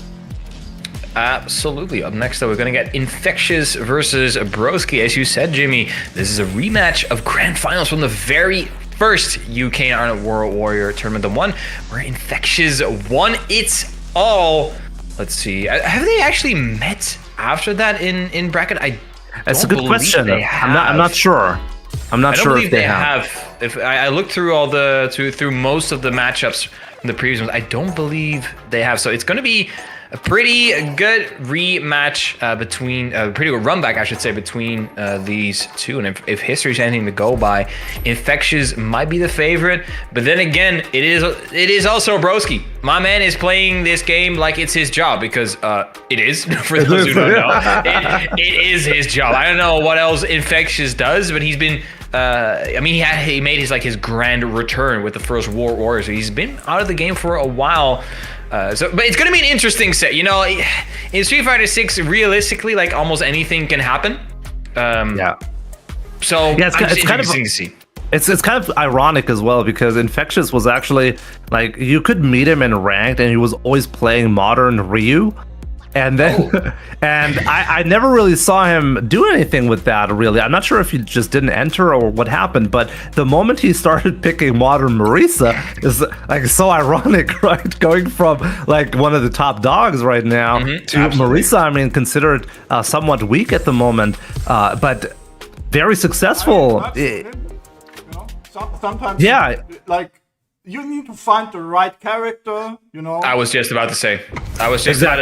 Even though he might not play, anything, you know. Exactly. Yeah. A big example of that as well is Jumbo, playing a lot of Cammy, and then switching up to the Marisa, and he's like, yeah, I just like playing this character more, and I think that is so important. You have to enjoy playing your character. If you don't enjoy playing your character, why are you playing this game to begin with? And sometimes it just clicks, and it seems like Infectious, it clicked for him and modern Marisa, and for Broski, it's been the Aki since her release as well. So both players even not adhering to the strongest characters in the game, just playing their favorite characters to their absolute best. Yeah, and right now, though, Broski in full control in this first round of this set, taking, like, I'm sure he's been studying the tapes on how to deal with Infectious after that loss, you know. So we'll see if this is going to come into play, or if Infectious can, well, make a repeat from Grand Finals of the first World Warrior event. Can he infect Broski? That is the big question. For now, it's been Broski, the one that's been spitting the venom. So far, Broski doing it pretty well against the Marisa. Yeah. It's only round but, one. I mean, Infectious is really known, like, to go slow on the characters. I mean, just every single time I see his Marisa, I remember back to the Hugo days in Street Fighter 4. I can't help it. Oh my god! Like he was so a throwback and a half, my man. Yeah, but I mean, it really shows that, like, Infectious, there's something with these slow big characters that he does so well. Like, he's able to just slow it down, and then when he needs to, he explodes. You know, like, he goes from 0 to 100%. And he's been showing that with he's Marisa one of those as characters in Ultra 4, that's for sure. Definitely was very explosive. If you didn't look out, you were dead in 2 or 3 interactions with that character. I mean, Bone Check can tell you anything about that. Oh yeah, straight absolutely. to level 3. Yeah, this is a big one as well, because the drive gauge difference right here could mean Broski being in big trouble. And yeah, Oh my god! Wow, that's gonna deal a ton of damage. Is this gonna be enough? It's not an easy confirm. I had to buffer that, but yeah, 1 hit to level 3. Oh, it is enough. It is Magnum Opus. Yeah, unscaled level 3 right here. Even Marisa cannot take this much damage. Game number 1 to Broski. Yeah, looking like Broski has been in the lab, has been doing his homework. Ooh, did not respect the plus frames there, was Infectious. Yeah, and like this corner position is so horrible for Marisa. But I gotta say, Broski's very active with the projectiles and everything. I'm waiting for a Superman punch from Marisa. It's not coming. Oh, missed whiff punish opportunity. Yeah, of course, I think it's the Phalanx is a very good tool to deal with the fireballs. It has projectile invul from frame 6, I believe. I'm not quite sure about that, but it does have some projectile invulnerability. Ooh, but the perfect parry on the jump in. Everything coming up roses for now for Broski. He's working on a perfect. Yeah, such a slow round, but right here, still getting the perfect. And 48 seconds on the clock. You don't see that often.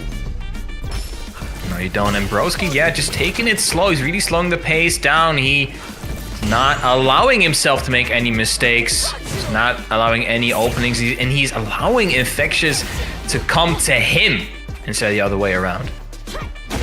Yeah, but wow, great whiff punish there. This is exactly what Infectious needs. Up to the corner, doing a ton of damage. Oh. Gladius charge, great awareness that he was dropping out of the combo. Tons of plus frames from that as well. Jumping in. Oh, Broski finds to confirm again. No level 3 yet. That drive is looking a little low though. Yeah, Broski knows he needs a little bit more before he can pop level 3. Maybe now for the drive gauge advantage? No, just more corner carry. Slowing it down again. Oh, trying to go greedy. Straight into level 3. That's a couple jabs though, so it's going to be quite scaled. Under Broski burnout? No, not quite. Yeah, but I force it.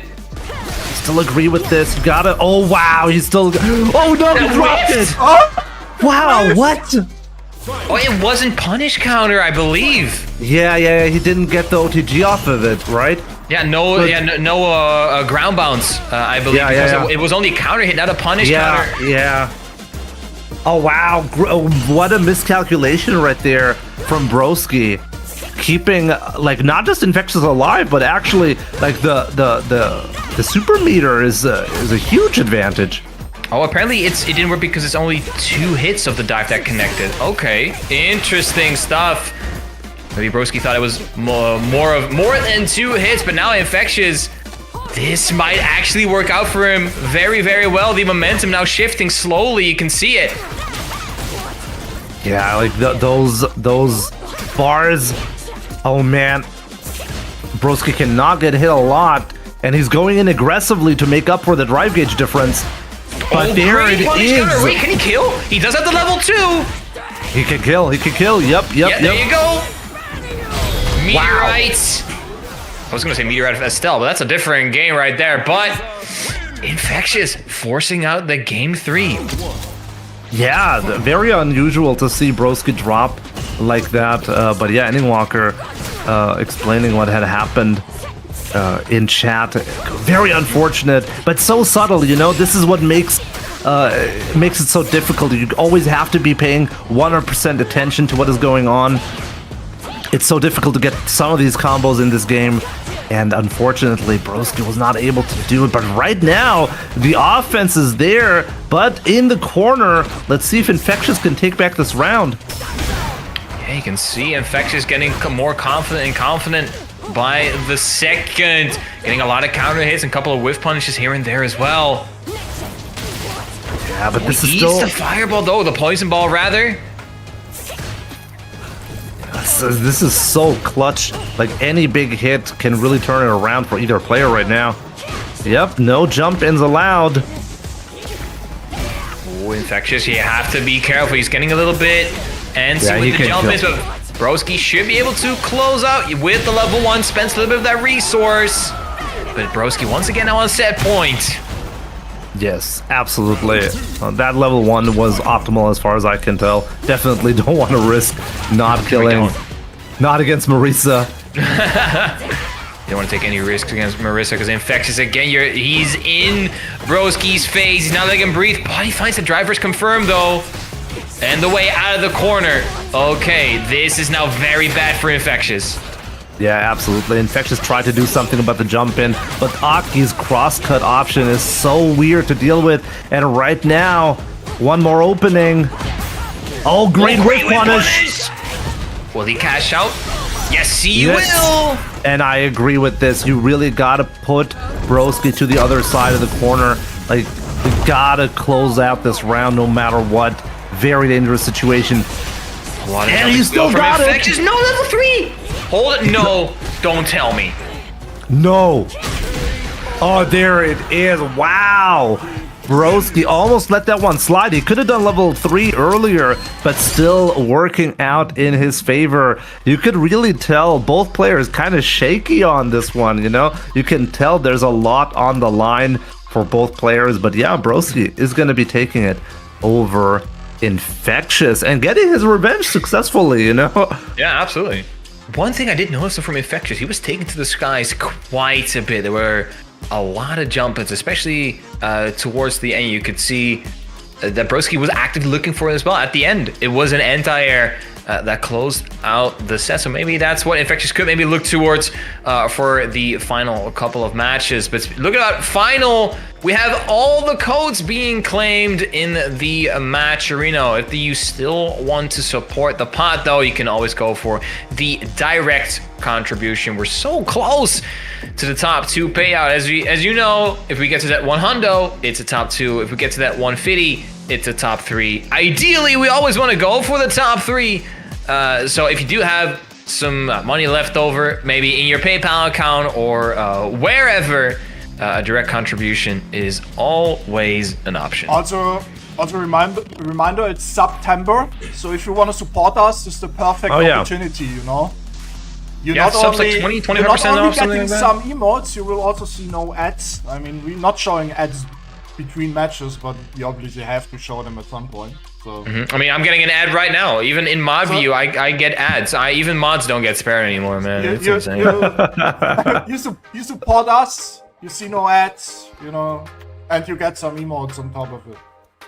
Exactly. Yes. We got some banger emotes, chat. Get the DJ drive rush, the V shift, the Urian just walking forward menacingly. Of course, there's plenty emotes to be had. And what, as Rita said, what better moment to get a sub during September? So keep in mind 30% up to 30% off on your sub. All of those benefits, obviously ad-free viewing. That's a big one, and all the emotes and everything. Support the channel, support like the there's so much going on, especially like shout outs to Ritas for putting so much passion, so much work into this. It wouldn't be possible without your support. So if you ever felt like supporting or thought like this is the moment, you know, you can get a big discount during September, so don't miss out. And of course, holding his end of the bargain, even with the 200 subs he got, we sent someone to Evo Nice, and it was none other than Zerna, who got the ticket to go to Nice in a month and a half already, Jimmy. It's in a month and a half. We're going to go to Evo Nice. I mean, you're not, Brandon. You got something else. Thanks for the reminder. Yeah, thanks for putting the salt in the wound, you know. Thank you for saying that you're not going. Jeez, this man right here, man. But yeah, guys, keep in mind, you can sign up until today. Today is the deadline. If you want to go to Evo France, if you want to go to Nice, if you want to experience Evo, this is your final chance. So definitely sign up today. Especially if you want to play. That's the most important part. If you want to play Evo Nice, registrations end today. But speaking about ending, not ending Walker yet, but it's the other Mouse Esports sponsor plays, Problemix versus Muscle Noob, and it's the matchup we all expected, the Lord Bison versus Mr. Masters. Yeah, absolutely amazing. Also amazing segue right there, Jay. That was that was something. Yeah, this is gonna be a great match. I mean, so much Noob's reaction speed, but if there's anybody you can never count out, it would be Problem X. But right now, Muscle Noob is really getting the openings. And great! Wow, that is so difficult to get that safe to do, and he got it. Is it gonna? Oh, we're letting him live. Is this good? Wow, it worked out. Yo, back of the heel to the dome piece. Muscle Noob not taking any prisoners for now. Yeah, big whiff right there. Problem X, no respect for Muscle Noob, trying to go for a YOLO sweep right there. Oh, Muscle Noob actually pretty on it when it comes to the whip punishes. Oh, but we're baiting out the DP. Problem X bomb has been planted.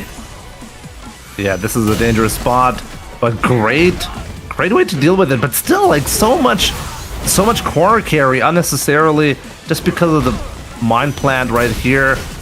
Wow, is that some kind of setup? It might be. Oh, okay. Fierce into level 2 should be enough, actually. Yeah. Nah, it's gonna be enough. It's gonna be enough. And this is what I'm talking about. Like, this is what Muscle Noob did not do. He was going greedy, and it did work out. But like, Problem X did not want to take any chances of finishing it off quite nicely. And right now, playing so slow, both of them. Great whiff punish. I have no idea how he used that heavy kick for the whiff punishes. Yeah, Muscle Noob has been doing pretty well. Of course, that saved the stun, but especially when it comes to whiff punishes, being at the right place at the right time, Muscle Noob has been on it. He's going to cash out the level 3. That's going to put Problem X very close to burnout as well, which is very important. He's going to force it. There's no level 1 apparent on Problem X. Great use of the drive parry. Yeah, unbelievable amount of drive gauge regained. Yeah, I was about to say maybe you can finish him off, but not quite. And right now, Problem X is fighting for his life. But Muscle Noob always is getting those OD Shoryukens. I don't think he's been whiffing any of these so far. Wait, hold on. Quick shout out. JNV with the $66.30 match donation, putting us at exactly $150. Thank you so much, Absolutely JNV. amazing. Thank you so much. Top 3 getting the payout. Thanks to Love to see it. JNV, yeah, very nice. But right now, what else is nice is definitely Muscle Noob's gameplay and not Problem. Problem is having so many problems right now. Exactly, and that DI reeked a little bit of desperation, I cannot lie. Muscle Noob, his pressure, very suffocating for now. Yeah, very strong play. Yo, the Kuma stomp! This is such a hard move to deal with, and a great play from Problem. And this is one of the reasons why M. Bison is considered one of the best characters. I feel like he can skip neutral so effectively and land those hits very successfully right here. And right now, Problem X looking a lot more solid now. The day Problem graced your village was the greatest day of your life. For him, it was Sunday. It was Tuesday. What? It was Sunday. Ah, damn. I got mixed. There you go. Oh, but speaking about mix, Muscle Noob, the shimmy's coming out in full force. Muscle wants to force out that match point. Yep, there you go. Forcing out the burnout, spending the resources a little bit early, but this is now a good position for Muscle Noob to be in. Bad position for Problem X, though. He does have the CA. He's going to go for the knee press nightmare. Wow. Really, I did not expect him to be spending bar on that, but who knows? Maybe he can actually take. Oh, what? Yeah, Chip was there. But yeah, Muscle Noob going to the final round with no super. Problem X should have the advantage here, but Muscle Noob has been so dominating. Who knows what's going to happen? Both players very careful right now. Yeah, Muscle Noob, the way he's been playing, he's been incredibly slippery, but always at the right place at the right time. Problem X, he wants to get to that third and final game. He finds the first conversion of this round, and again, Muscle Noob so liberal. Yeah, liberal with those ODDPs. Unbelievable. 100% success rate on that. I don't know how he does that. But yeah, right now, it's Muscle Noob again. Both play. Oh, wow, what? What a reaction. That's Problem X. That was unbelievable. But still, it's... Oh, wow. Brother, can you calm down? Brother, please. Can you please calm down? That is unbelievable. I cannot... I don't know what's going on in Muscle Noob right now. Only Jinrai going for the low. Problem X not expecting a Muscle Noob taking it 2-0 over Problem X, putting him in the loser side of top 16. I don't even know what to say to that. I mean, it looked like Muscle Noob at almost all point was he the one like dictating the pace of the match, and that was so strong. Even though like he just did not respect Problem X, and Problem like he did not get the right reads. It Muscle Noob how to when to use those ODDPs. Did not fail a single time. Great play by Muscle Noob, but Problem X obviously still not out of the tournament. Still has a chance to qualify for top 8. For sure. Muscle Noob qualifying himself into top 8, 2-0 over Problem X. I don't think many people would have expected that. But again, Muscle Noob, he is one of those players, when he is on it, he is on it. He looks absolutely unstoppable in his offense. He's so aggressive. And when it goes his way, you're like, how do people deal with this? You know, like, how does one deal with a Ken that's in my face and just won't go away? But speaking about people who won't go away, we got Ending Walker and Teeny Tiny Tony coming up next. Ending Walker has been a mainstay of the UK, of the EU scene for a very, very, very, very long time. Ending Walker actually, he's still, I still believe he's still looking for that first big W in Street Fighter 6. He got so close last year during EVO. He's getting top 8s for these big offline events, but he hasn't quite gotten that first place. And I do think it is, in my opinion, it's just a matter of time.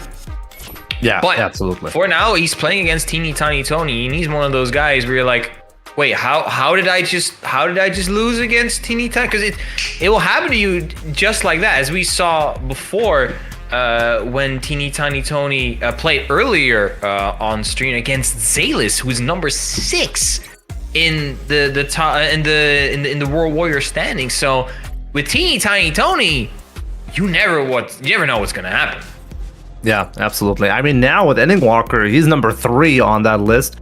We'll see if he can work himself up, Teeny Tiny Tony, in that list. Number 6, he was able to beat him. Let's see if he can also take down number 3. I can tell you, like, the matchup, like Ryu, Zangief, very weird to play on both sides. I don't think either player is going to be happy about it.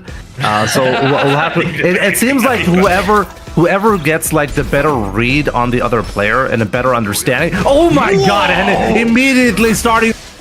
Bro, that's only Ending Walker can do something like that. And as JV pointed out in chat, yeah, Ending Walker did 5-0 Mena RD during EWC. And at that point, when I saw that set live, I'm like, yeah, this kid's taking EWC. But sadly, it went to Shahai again. But you know, with stuff like that, and what we just saw, just walking forward and throwing a Zangief round start, nobody does that. Only Ending Walker, like, feasibly does that. Yeah, but for now, Tony is on that health advantage.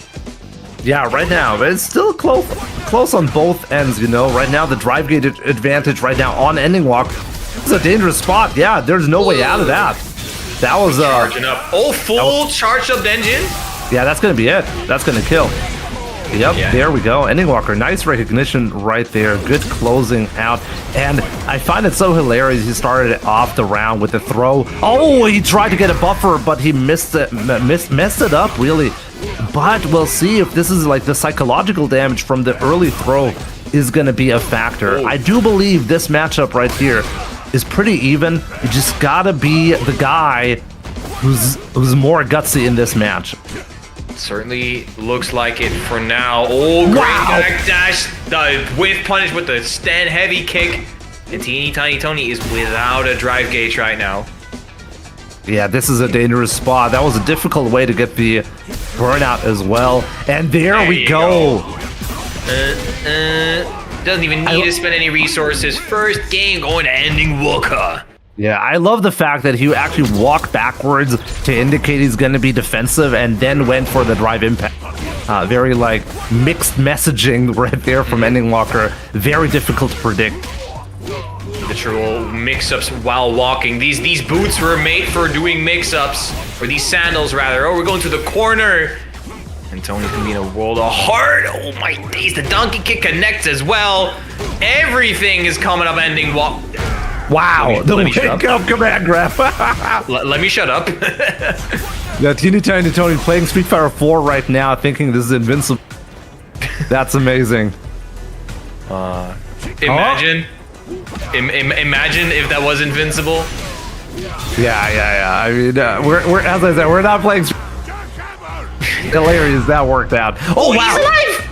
And of Yeah, course, just Zanky has a hard time doing chip damage, so Anywalk's actually kind of safe right now. He can throw some Hadoukens. Yeah, that should be it. Oh no, he can avoid it. Oh my God! What? Some like interactions like that can only happen between these two players, man. Oh, you stop that. Oh wow! Yeah, he's so ready. That was unbelievable. Bro, Ritas, I need you to clip this entire match and just post that on Twitter. Like no 20-second clip, just the entire match between these two. Yeah, this is so crazy. Like the gameplay on both ends. Oh, ow, he almost got it, but not quite there. Teeny tiny Tony and getting stunned again. Ending Walker so effective. No. And that should be it. If he doesn't drop this one, he should have it. Is he gonna? I don't even know. Like that was such a simple combo. Doesn't even need to do the DP after because he knows it's gonna kill. He knew right from the moment Tony was out of drive gauge, only had one bar, so nowhere Tony could have gone. Ending Walker. That was a quick 2-0, but man, the interactions between these two, absolutely crazy. Wild. But that is what I Wild. expected to see between these two players, man. Yeah, it's all about, as I said, it's all about who gets the better understanding of the pacing, the strategy, like what is the opponent's thinking at any given point. I mean, Ending Walker started off the round with just walk forward into throw. Like I've never seen work against any Zangief, I'm pretty you know? sure if he wasn't like a voice chat with problem, he's gonna be, yo, watch this. Yeah, exactly. Watch this moment. I'm just gonna walk forward, or like, hey, would this work? Yeah, that's Oh my amazing. goodness. Yeah, that's the caption of the clip right there. Yo, watch this. Yeah. But Yeah. that does mean we have our winner side top 8 all done and figured out. Yeah, but but we're not quite ready. I was Of about to course. say we have one more game in loser's side. Yep. Oh, that one also has huge implications for the standings because it's Rapid and Zalis. Actually, those two are 5 points apart. Zalis is on number 6 and Rapid right below on position number 7. So this is huge for those point standings right now. Yeah, whoever gonna win this one definitely moves closer into within that top 8. Goal is obviously for most players, the goal is right now to get into the upper side of the top 8 to win, like to be able to stay in winner's side for the regional finals when that happens. So yeah, this is gonna be a big fight right here, and also a quite an interesting match as well. I'm not sure how often have I seen Aki versus JP. You know, this is gonna be a good one. So, yeah. Absolutely. It's going to be a very interesting one to say the least. To get into loser side top 8 as well. On the other side, losers, we also have Stickbroke Vega. He's still in this. For those who know, SBV been on the scene for a while. Very long time. We also still have Shax moving forward. He took out Link Nova and now he's facing Problem X. And we got Teeny Tiny Tony versus Frost to get into loser side top 8. Yeah, lots of good matches coming up still. This is going to be like these four matches remaining in loser side right here. These going to determine a lot, I think, what the points are going to be like for the final World Warrior CPT number 5. So we'll see what's going to happen. Infectious desperately needs the points right here as well. He's still in position to make that happen. Rapid and Zalis, one of them is going to go home before top 8, and that means their spot could possibly get overtaken by another player. So both of these, they really want to make that work. And I just realized Infectious just got his victory, so he is also confirmed for top 8 in the loser side. Absolutely, like 2-1 against Stickbroke Vega. A player actually who I do not know. I don't think I know him.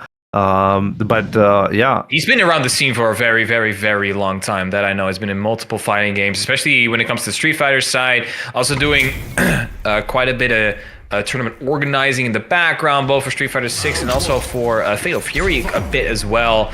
Oh wow, okay. So yeah, he's been around for quite a bit. But Rapid versus Zalis, JP versus Aki, as you said before, it's a pretty interesting matchup. Both.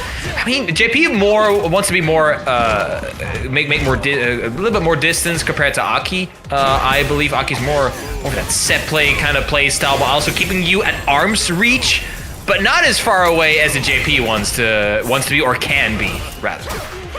Yeah, it's probably a bit of an uncomfortable match for Aki because she's the one usually trying to gain distance so she can throw projectile into Drive Rush. That is not really a possibility against JP, so we'll see how... wow, but right now Rapid very aggressively using up his drive gauge. Trying to slide into JP's DM, so luckily Zalis, it was not quite close enough. Oh, however, he does get the pressure. DI. Oh, almost. Wow, it looked like Zalis was trying to break the DI with a bunch of jabs, but he wasn't quite there yet. I have news from the loser side. Problem X defeated Checks 2-0 and is now in top 8 losers. Ooh, wow, okay, so there we go. Like, it's gonna stay close, like this Lex run. Problem X still in top 8, so that means he's gonna get more points than Lex is comfortable with. So yeah, Zalis, great jump in straight into that level 2. He's gonna get his drive gauge back at the end. Rapid close to burnout as well. Not quite, but knowing Aki, it's only a matter of time. Yes, the only amnesia is baited out. Reset into throw. Not much. Wait. Oh wow, still a chance. Hey, he tried to chip. Not quite there. No way. He can kill. He can kill. Way. Oh my god, I cannot believe this. What a miscalculation from Zalis. Didn't get the chip out. It was just not in range. And a Rapid getting that punish for the kill. That was so unfortunate for Zalis. I'm just gonna say it. Rapid got so incredibly lucky right there. The spacing off by just a little bit from Zalis. Rapid taking that first game. He was practically dead to rights in that first round, but a little miscalculation from Zalis allowed Rapid for that level 3 to close out the first game. And he sniffs out the slide now as well. Rapid looking very solid. Yeah, I can't believe the reaction speed on those OD slides. He's been really, really good catching Zalis doing it, but also had a little bit of miscalculation, but still somehow... Oh, this is the second time he's jumping into the corner. Unbelievable. Rapid still in control, though. Yeah, still in forwards. DI knows that Zalis cannot counter DI them, but there is the double spike. Now Rapid. Set point. One run away from getting into loser side top 8 over Zalis. Yeah, this is gonna be huge for Rapid, but Zalis, I mean, he looked so strong in that other game. Oh, there we go, what a punish. Level 1 coming out from Zalis, trying to catch up with that health deficit.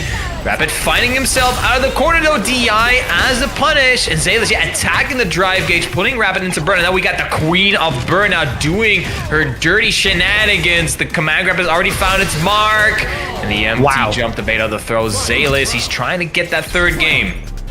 Yeah, showing why Aki is so powerful in that burnout, the most aggressive way I've seen in a while, getting somebody into burnout. But yeah, very effective with Aki, and great punish on the amnesia as well. Actually not really working out Rapid. He's been whiffing a lot of those amnesias. Forward heavy, nothing after that. Still the poison is there. Oh, the drive reversal is a big bet, and now Zalis capitalizing, getting that third game he was looking for. Rapid not quite out of the woods yet. Yeah, absolutely. I mean, Zalis really wanted that game. I mean, honestly, as you said yourself on that first game, so it's all even out right now. And right now, Zalis seems to be like the momentum on his side, trying to bait out the amnesia. Didn't come, but the perfect parry punish attempt. That was so... Oh my god, wow, he's dominating. The baits on the Amnesia have been plentiful from Zalis. He has snuffed out that Rapid wants to make use of those reversals, and now Zalis with a perfect round. Now looking at set point. Yeah, what a turnaround in this set right here. Rapid, so comfortable, and now on the verge of getting defeated. And once again, an Amnesia getting punished. Maybe you should forget about that one. Instead, Zalis fights to confirm he has 2 bars. He is going to spin him in with a double perfect. Wow. Qualifying himself on loser side top 8. I can't believe that. Wow, Zalis apparently was not happy with the result of the first game. Damn, what a response right here, taking it in such a convincing way. And honestly, it's been a while since I've seen a JP getting punished by so many Amnesia attempts just did not work out. Unbelievable, I gotta say. And yeah, but there we go. Zalis, congratulations. Very well-deserved top 8 spot right here. So Yeah, as we said before, Rapid was very antsy with those Amnesias, especially in the last 2 games. And you could see that he was really looking for those, and the punishes, of course, were abound. So great adjustments coming out from Zalis. And as we said, this has pretty big implications when it comes to the point standings here in this World Warrior, because they were right below each other. Rapid was number 7 with 55 points. Zalis now 60. So that lead is going to extend, making Zalis' spot a bit safer when it comes to those top 8 finals. Yeah, absolutely. I Yo, mean, couldn't have Frost, said it any if city. you are watching the stream, can you please pay attention to the Discord if you're making top 8, which you actually did. By the way, Psycho, can someone explain what a super region gets you? So quick rundown for those who don't know. For all the other regions in Europe, sadly we only have 1 super region, which is UK and Ireland. For all the other regions, you need to get to in the top 8 for the point standings. Your 3 best positions determine the amount of points you get. So if you only play 3 tournaments, and you win all 3, you have 150 points, and it doesn't matter if you play any other tournaments. However, when it comes to Super Region, your point total actually plays a role for all 5 tournaments, because the one who has the most points overall through all 5 tournaments gets an instant qualification spot to Capcom Cup in 2026. So that is the big difference. Yes, and then the remaining 8 players after that, they still play in the regional finals to determine the second qualifier for that region. So 2 players qualify for Capcom Cup. So yeah, speaking of qualification for Capcom Cup, definitely do not miss out. World Warrior EU West number 4 coming up September 20th. Don't miss out, 5 p.m. CET or 4 p.m. BST. 1 week break, UFA is coming up, so yeah, have fun there if you're there. Unfortunately, I personally can't make it.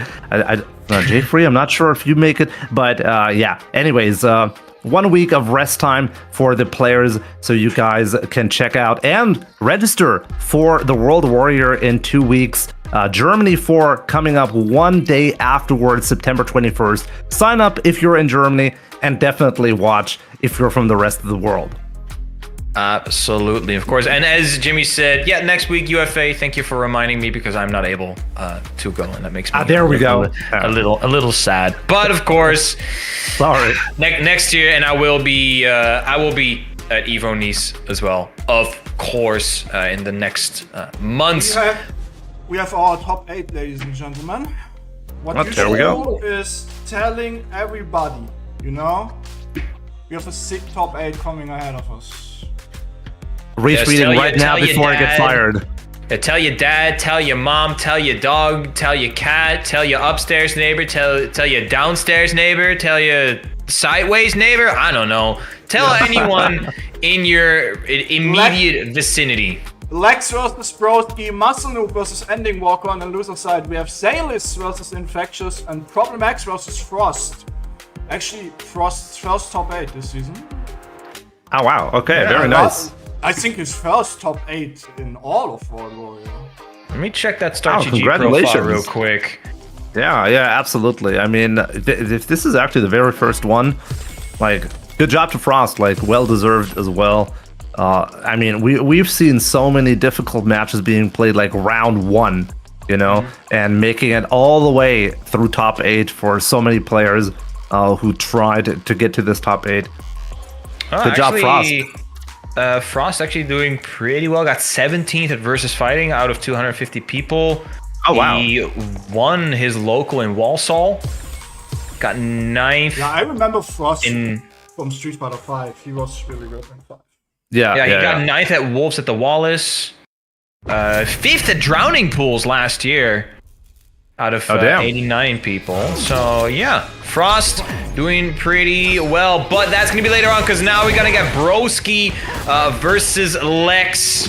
This is huge. Lex knows that he needs as many W's as possible for the most amount of points.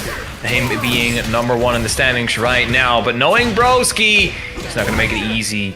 Not for a long shot. Yeah, absolutely. So far, also very aggressive Lex, like immediate ODDPs. Any like the one moment Broki was trying to get in, immediately got OD, flash kick, and in general, like this is like such an aggressive play from a Guile player. Oh, it did not quite kill. There's still a chance, but very tough to do so. So you're telling me there's a chance, and especially when Lex is in burnout. Oh no, you got opened up. Yeah, I mean, all of us press a button against Aki when you're in burnout because he will go straight to the wall. The big question is, can Broki kill? He has a level 2. Not quite sure about it, to be honest, but yeah, that could have been actually a checkmate scenario. Like, wow, it really does kill. What an amazing comeback. Broki, even though it looked like such an uphill battle, like, Aki is the #1 character when it comes to stun scenarios, getting you to that corner successfully without any... without really anything you can do about it. Aki is very powerful with that, and a miscalculation from Lex really cost him. We can call... There's a reason why we call this character the Queen of Burnout. Broki knew exactly what he had to do. Lex, though, still going on the offense, has a good live advantage right now, but we knew what happened the previous round. Anything can happen. That drive gauge is looking a little low as well on Lex's side. You have to be careful now, Lex. Yeah, both players actually on the verge of getting burned out, but big! Yeah, that was amazing. That was very nice, and Lex is not taking any chances. No flash kick right here, immediately into the Super 1. Does not want to take this chance of burning out again without the kill. Absolutely nice. Again, good use of the back medium punch. Yeah, this is like immediately. Yes, as you said as well, Jimmy. Lex, very liberal use of that OD flash kick. Does not want to deal with any of Broki's shenanigans. He just walks up, forward throws, and again, the OD flash kick is punished this time, though. Yeah, and Broki immediately going to level 3. I agree with this. Put him in burnout. Let Lex suffer in this burnout against Aki. This is a tough spot, but level 3 is on deck. Let's see what's going to happen here. Great jump! Uh-oh. Don't tell me. Oh, of course, that's safe. Yeah, nothing you can do here. Good jump. Back. All right, we're powering up. Yeah, baiting out the dive. Oh! Yeah, but just putting up that wall. Putting up that wall until he recovers the drive gauge. Really genius play from Lex. Oh, it's so hard to deal with. Tried to go for the anti-air again, but didn't quite get it. Lex, he gets the perfect parry just for the throw, but that was a regular throw. No punish counter, but the drive first medium punch. Broki just not blocking that while maybe getting his piece, because that was pretty much, a checkmate situation right there for Broki. Lex now having that advantage. Of course, it is now first to 3. Yes, this is top 8. Let's not forget about that. So there's still plenty of time to adjust. And both of these players, like, very aggressive is Lex right here. But we've seen this. Oh, wow, missed the punish. And still ready with the drive impact. And that should be the round for Lex. And once again, just closing it out with the super. Don't want to take any risks. For sure. Lex looking very clean, very calculated, which is what we expect from a player like Lex. He doesn't overextend. He doesn't take any risks he doesn't need to. For now, let's see if Broski is able to turn around. Because so far, Lex, after that first round, was able to recover greatly. However, it's Broski on the offense now. Yeah, I feel like we have actually not seen this situation happen very much. It's been Lex pretty much getting the life lead early on, and then Broski trying to make a comeback. But now, working on a perfect, not anymore, and this is actually a terrible spot now. Wow, let's see, Broski, like one mistake could really cause everything to crumble. Oh my days, the shimmy.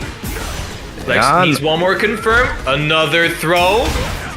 Drive. Reversal, great counter to that, but Lex is sitting on level 3. Try to sneak in a little button right there, but Broski, once again, doesn't want to deal with that at all. Wow, what a DI! That was amazing, and yeah, Lex taking the lead here, but still, actually didn't do a lot of damage, but once again, that perfect parry. Oh, I think that was a stand medium punch. Maybe looking for the back medium. Oh, Lex yeah, finds but that back throw. Yeah. Sticking out limbs. Oh, the OD Sonic Boom.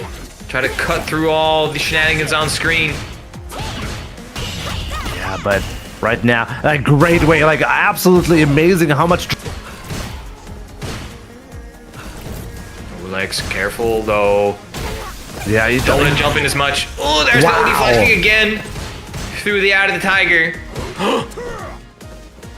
One mistake though from Lex can really. Oh my god, he can and probably will burn out. Is that actually enough from perfect parry? No, not quite. There's the burnout though, but Lex, he's sitting on. Oh my god! What a throw! Crucial right there. That's that level 2. That's gonna help him out for a bit. Yeah, he's gonna burn out Broski. Yeah, this is really bad now. Is this gonna work? Oh my god! He got it! What? That was a read. That was in no way a reaction. Broski just YOLO'd that level 2. Absolutely crazy. He knew that Lex wanted to fill the screen with little baby booms from across because Broski was very close when it came to a chip out. So it was like, you know what, I'm going to put a stop to that. No free Sonic booms. But yeah, that could have been very risky. Broski tying things up effectively. We're now down to a 1-2 again, Jimmy. Yeah, absolutely. I couldn't have said it any better. Broski knew a chip out situation was coming, so he had to do something about it and got that crucial second game right here. Oh, wow, just blasting through that. And right now, like, looking pretty good, Lex. Oh, careful now. Once again, the burnout will always be a risk when you're playing against the poisonous lady. Oh, the over reset! Getting cheeky. Wow, yeah. Lex tried that earlier and it didn't really work, but right now against Broski and starting this round with a jump in, very, like, looking really healthy right is Lex. Let's see what Broski has to say about that. He has been fighting from behind successfully, so let's see. Is this going to be another comeback by Broski? We'll see. Could definitely be. We've seen it before. We might see it again, but the whip punch, not quite enough with the level 1. Oh, just eating the Sonic Boom. Yeah, his projectile OD was just not fast enough to trade with that. And instead, Lex taking game number 3. Oh, getting the jump in. Yeah, that was so big. Full corner carry, a lot of damage on the line here. Yeah, this, like, Aki is crazy. Like, great thing. Flash kick, big damage. Can Broski kill the big question? I think he can. Yeah, he has the level 1 if he wants to. No, he's gonna save it. Are you sure about that? Yeah. Oh wow, it does work out, but man, it does feel so bad when that happens. When I see that, I'm like my heart skips a beat, you know, when that happens. You're like, uh-oh. Hold on. Please, don't. Great perfect parry. What a punish on that. Oh, but Lex, he's fighting his way back. Drive cage looking a little low, but it's looking good so far. Ooh, again. Medium punch Broski trying to close that distance, but Lex, his positioning has been pretty solid. Again, though, The drive rush does allow Broski to find a confirmation. Oh, hold on. Oh Yeah, my god. He could have actually done level 3 there. He just built that. And Broski, I think, wasn't really ready for it. Oh, could have had even more. And another perfect parry from the jump in. Broski, careful though with those parries. Lex Yeah, avoiding the burnout. Oh, the crouch medium kick as an anti-air. Oh no. I don't know if I agree with this though. Lex, yeah, level 2. No other options there. A lot of chip. Wait, wow. Confirm off of the punish counter. Oh my days. And that's why I should just probably shut up sometimes. That was amazing. Like, Lex just so confidently walked forward, getting all the right conversions. Great job right here and putting himself on set point. That was very ballsy. Oh, wake up, snuff out, the neutral jump. Back to neutral. Broski on a live advantage. Lex. Yeah, but like Broski has been really good and like perfect parrying the booms and then sniping the drive rush from Lex, but right now it's like not looking that great. The drive gauge is getting attacked very successfully by Lex, just trying to get that burnout. And wow, getting the opening. We'll jump in. Lex not sitting on any super meter, so cannot really cash out right now. Broski, however, the next driver's conversion, he's looking for the overhead, not connecting. Lex holding back. Wow. That's burnout, but Broski, with the amount of resources he has, he is going to go for that level 3. I don't think that's enough, though. Not quite. No, but it is going to put him in a great spot. The drive gate is recovering, and a chip out is just really threatening. And Lex knew it. Tried to go for a last-second jump forward to surprise Broski, just couldn't quite time it properly. And that like evens up the whole set 2-2. Yeah, ladies and gents, this is the first set of top 8 here in this UK and Ireland World Warrior episode number 4. We got plenty of sets of this top 8 to come, but so far this one has been down to the absolute wire. Jimmy, I would not be surprised if we got a final round between these two. Yeah, it's been like a back and forth match right here. So yeah, both of these players have really shown to be able to get crazy comebacks. Very much even this match. And right now, like Broski going corner to corner with this combo. Yeah, coast to coast, exactly. Lex now putting Broski in the corner, in burnout as well. Keeps him there with the flash kick, keeps there as well with the Sonic Blade, and there you go. Once again, not the first time, but the second time Lex is now on set point. Yeah, we'll see if he can close it out or if Broski can make this comeback happening as he did last match. Oh man, like the trade. We're trading today. Oh, punish counter. Broski didn't quite hit it with the jumping normal, and now once again he's with his back against the wall. Yeah, Lex is running dangerously close to burnout though. We gotta be careful with that. Any hit can really, and that was Lex recovering all of his drive, putting Broski into burnout. This is a terrible spot to be in for Broski. He's gotta pull a miracle here. Yeah, he was baiting the dive as well. Lex now in a great position. He's 1 hit. Looking for it. He's using the OD Sonic Booms. Can't get hit by anything now. Drive impact really threatening. That's true. Staying patient though. Broski's not. He's a calm and collected dude. Let's see if he can keep himself calm and collected for.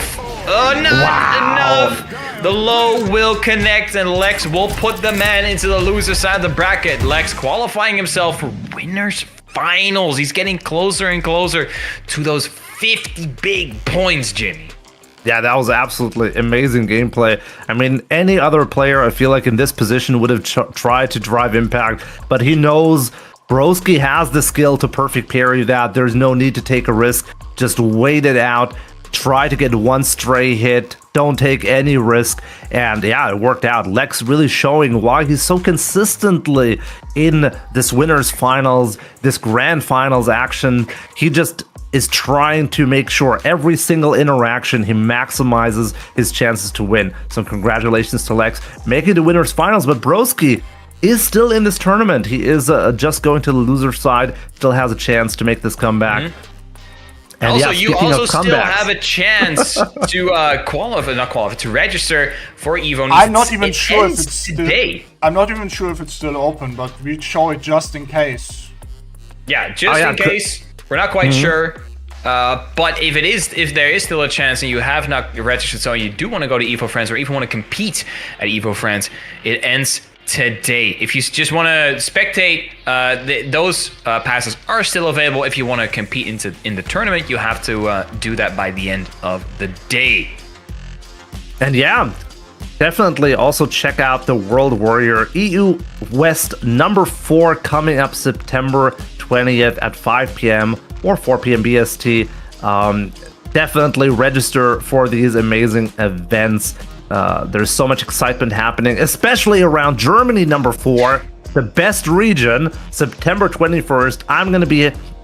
I happen to be in the best region. No bias here, obviously. No, of course not.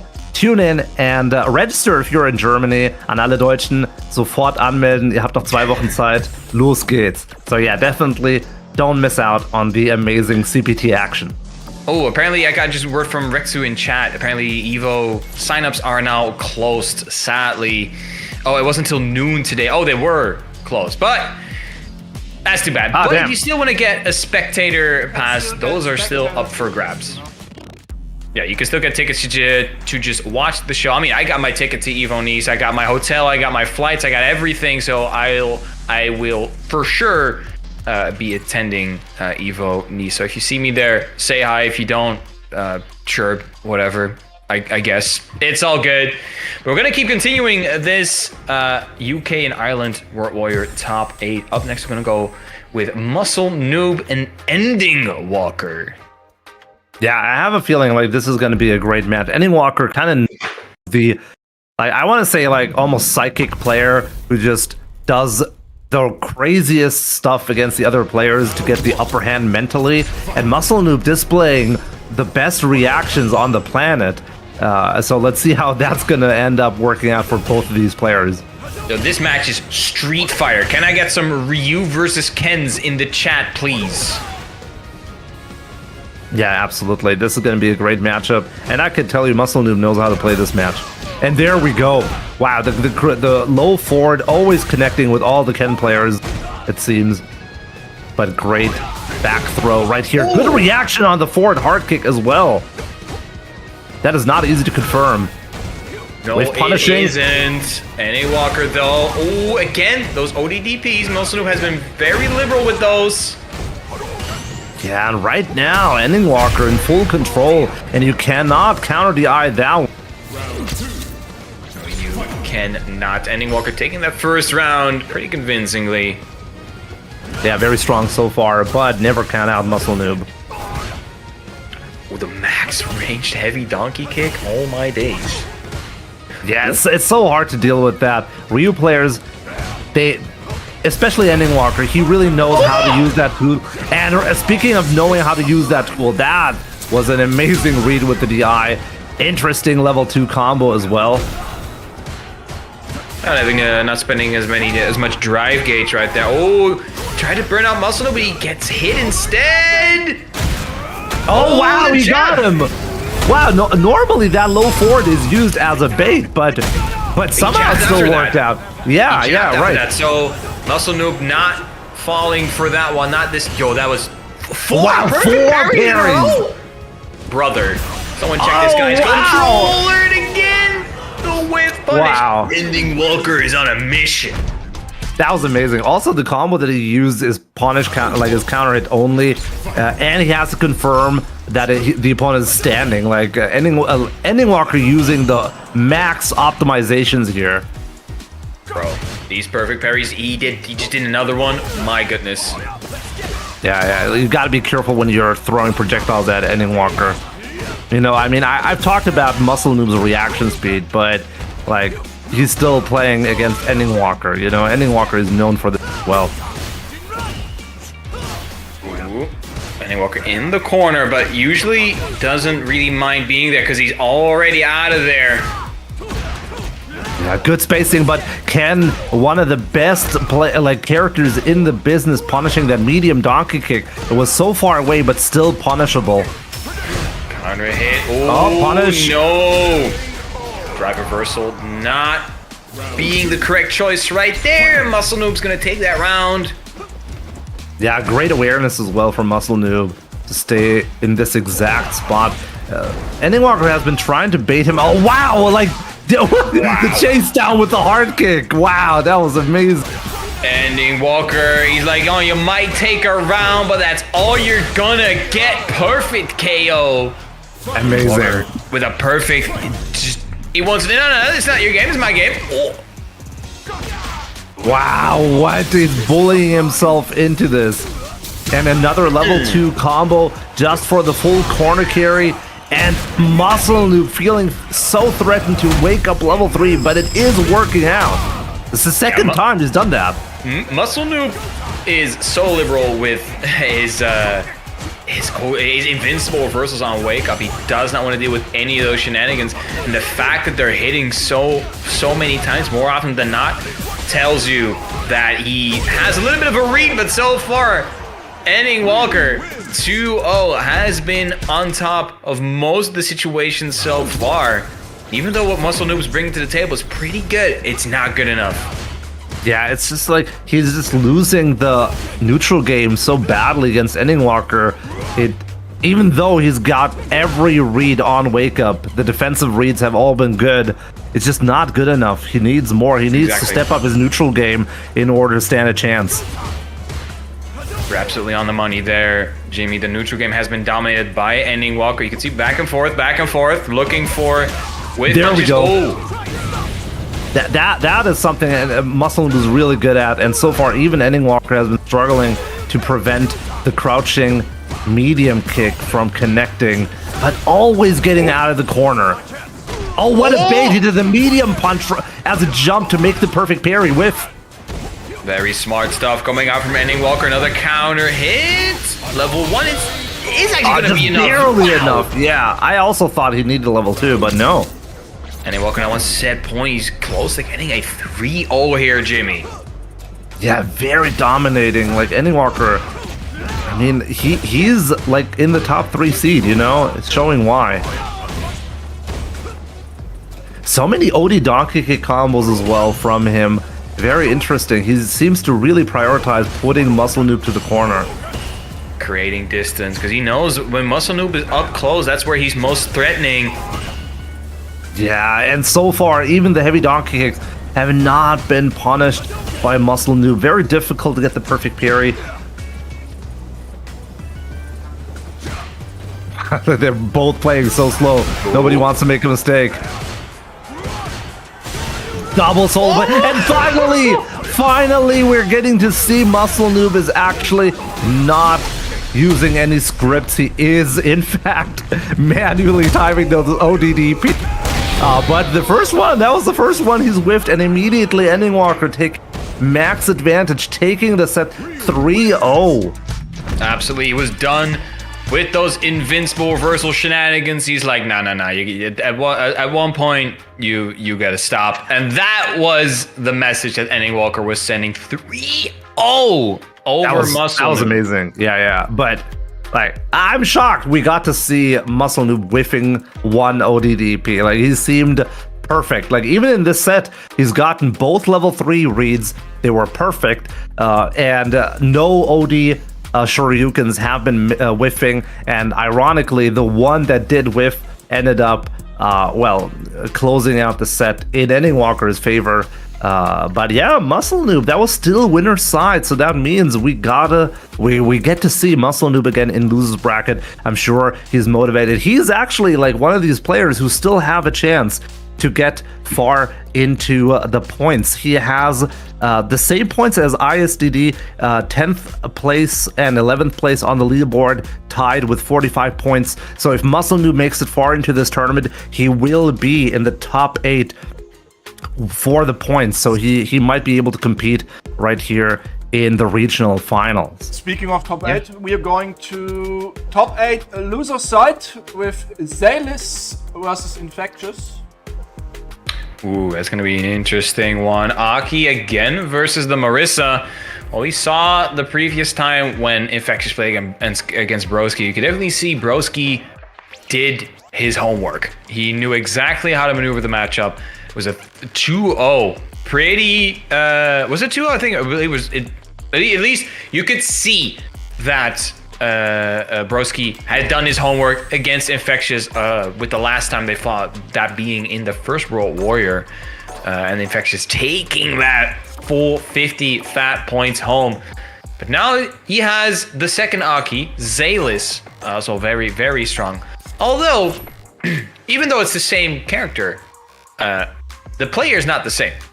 So maybe Zalis has not studied Infectious as much as Broski had. But that's what we're about to find out. By the way, chat, Matcherino, my bad. Matcherino is still open. You can still donate to that. We have reached our big 150, which means that we will get a guaranteed top 3 payable. If you still want to donate some money to the Matcherino pool, we'll have that open for the entire stream. Yeah, and Jay-Free, as you said, like this is so it was actually 2-1 that Broski won. So Infectious did get a game, but still you could tell. I wasn't quite sure.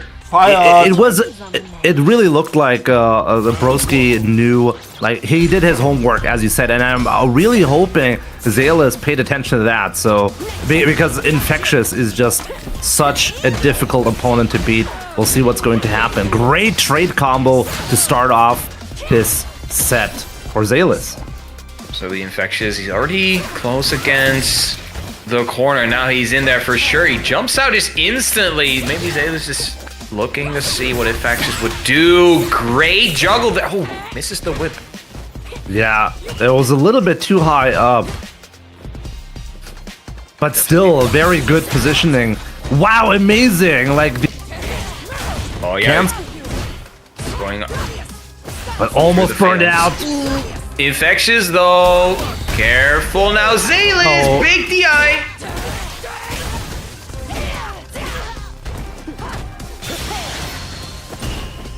Oh, and really? Huge, perfect parry.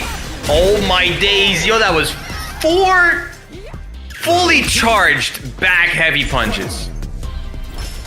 Count. Yeah, that. Okay, Infectious still just chilling. Oh, gets clipped by the whip. Clip has so many things. Oh my days. Do we loop it? No, we don't. Oh, but we do get hit by the crouch medium kick, but Zalis missing that juggle. Yeah. That could be the change of the game here, Jimmy. That punish counter throw. Yeah, that should be it. If he now he goes greedy. Wow. Indeed, go a little greedy right there. Zalis risking it all. Effect's not quite ready for the reset. Oh, OD Cruel Fate forcing out the plus frames right there. Yeah, and right now though it's. Oh wow, what a whiff punish! Immediately getting so much damage in and spending the bar. Big damage, and of course that corner carry built in with the level 3 jack of all trades. Zalis down to below 50% overhead. Infectious trying to jump out right there, and Zalis actually expending their cash. Level 3, getting that drive gauge back as well, and alleviating some of that life advantage Infectious has. Yeah, this is gonna be pretty much. Oh, smart. And a great back throw right there to avoid the projectile. Oh, reset. Jump in. Oh, and again, perfect. I'm not the parry counter with the throw.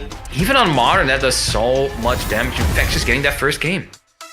Yeah, that was very, very impressive there by Infectious. Zalis was trying a little bit too hard to get those parries, but didn't quite work out. But yeah, I mean, still a lot of time to adjust. We'll see if those adjustments are going to happen. And that was absolutely 200 IQ perfect parry right there. Oh, great use of the Scootum. The stands coming out. Actually, Infectious has not used the armor not regularly for in the previous sets. Might have been actually the first time we've seen it. Oh, yo, we launching them. We're playing some Marvel vs. Capcom right here. Up into the air we go. Yeah, oh, amazing level 1 super. What a response to the Gladius right here. Yes, not a true string. Oh, again. Caught pressing buttons. Overhead is blocked. Crucial stuff here coming out from Infectious. He needs to keep himself alive. Yeah, and that might just do it. That might be the turnaround that Infectious needs. Still a lot of pressure going on. Corner carry. This is a tough spot now. Bro, you cannot take any more of those Infectious. Especially with that poison on the ground. Level 2 is an option. Oh, but the whip is gonna pierce. Zalis is gonna take that round. Yeah, no fear. Like, there could have been a jump in. No, Zalis just knowing to be very aggressive in that spot and earning that round. But still, there's still so much work to be done so far. Infectious is still in the lead. Gotta remind yourself that. Oh, wow, that was just a super bait. Yeah. But didn't really work out right now. Zalis back on board, and that is going to be a bad super, and that is possibly it. Can Aki kill from that spot? Yeah, it looks like sure. it. Yeah, level 3 is in the back pocket for Zalis. That's going to be all tied up here for this set between Zalis and Infectious. You can see pretty back and forth. Again, we're down to a first to 2. Jimmy, I can't call it, man. Between these two, it's too close. Yeah. So far, I mean, back and forth. First game Infectious, second game Zalis. We'll see what's going to happen. I mean, it is going to be until 3. It's not like with Broki where 2 matches and that's it. No, you got to win 3. So that means any player habits, not just character matchup, just the player habits can really determine what, who's going to move forward and who's not. Right, this on is the why money I said, there, Jimmy. yeah, Player matchup is so important, especially Street Fighter 6. Great jumping over the width. It's going to be big damage from Infectious. Look at that. Into the command grab. Sweet dreams. Yeah, this is so bad now. Yeah, you cannot parry, and I feel like Infectious really got a read on that perfect parry attempt. And again, he baited it out. This time around, drive rush option select, but it was just not good enough. Infectious with the throw closing out that round. And I feel like that was a message. He's like, I'm on to you. I know you're trying to get those perfect parries. You're not going to be getting them. I'm going to be hitting those throws and punishing you every time. Absolutely Infectious. He's working Zalis in the corner as well. He's not allowing the Occuplay to make any single mistake. Oh, walk back to avoid the throw. One more confirmed for Infectious with the level 3 up. Oh, wow, that was great. That was an amazing way to get the opening. And desperately needed because the drive rush was kind of getting low. Right now, Zalis trying to close out this round, but gotta remember, you get touched by Marisa and you're done. And that... He screwed himself out. Yeah, it looks so funny when that happens. Yeah, Zalis really does not want to get even close to Infectious. He knows the danger. He snuffs out the drive rush cancel though, which allows Zalis to close out that round. We're so back and forth between these two, Jamie. Kind of insane. Yeah, it's very close. It's very close now. But so far, I mean, Infectious still has the the super advantage. We'll see if that's going to come into play. Both players tried to late tag. That's amazing.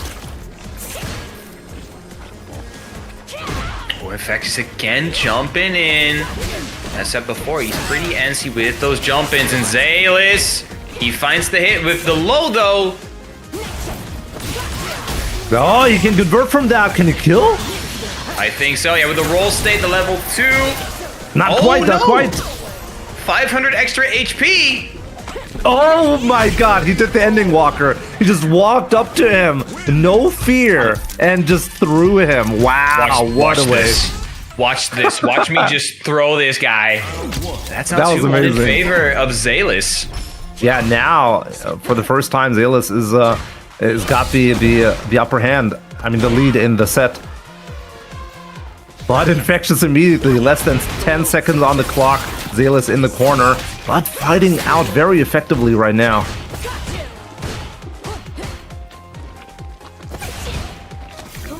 Oh man, that was Back just a throw. mistake. Tried to do a shimmy, it seemed like, and got punished. Infectious late teching. Oh, a couple of whiffs coming out from Zalis as well.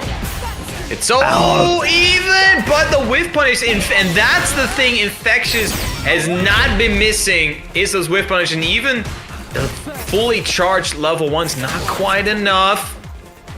However, don't give this man an inch, he will take a mile! Yeah, that was amazing. Like, Infectious now, he really wants to get back on track here. Doesn't want to get... Oh, and there we go again! Those perfect parry baits coming into play once more. Definitely are. And Zalis, you gotta be careful with those whiffs. Saw this, the crouch medium kick. Infectious, he knows what to do with those.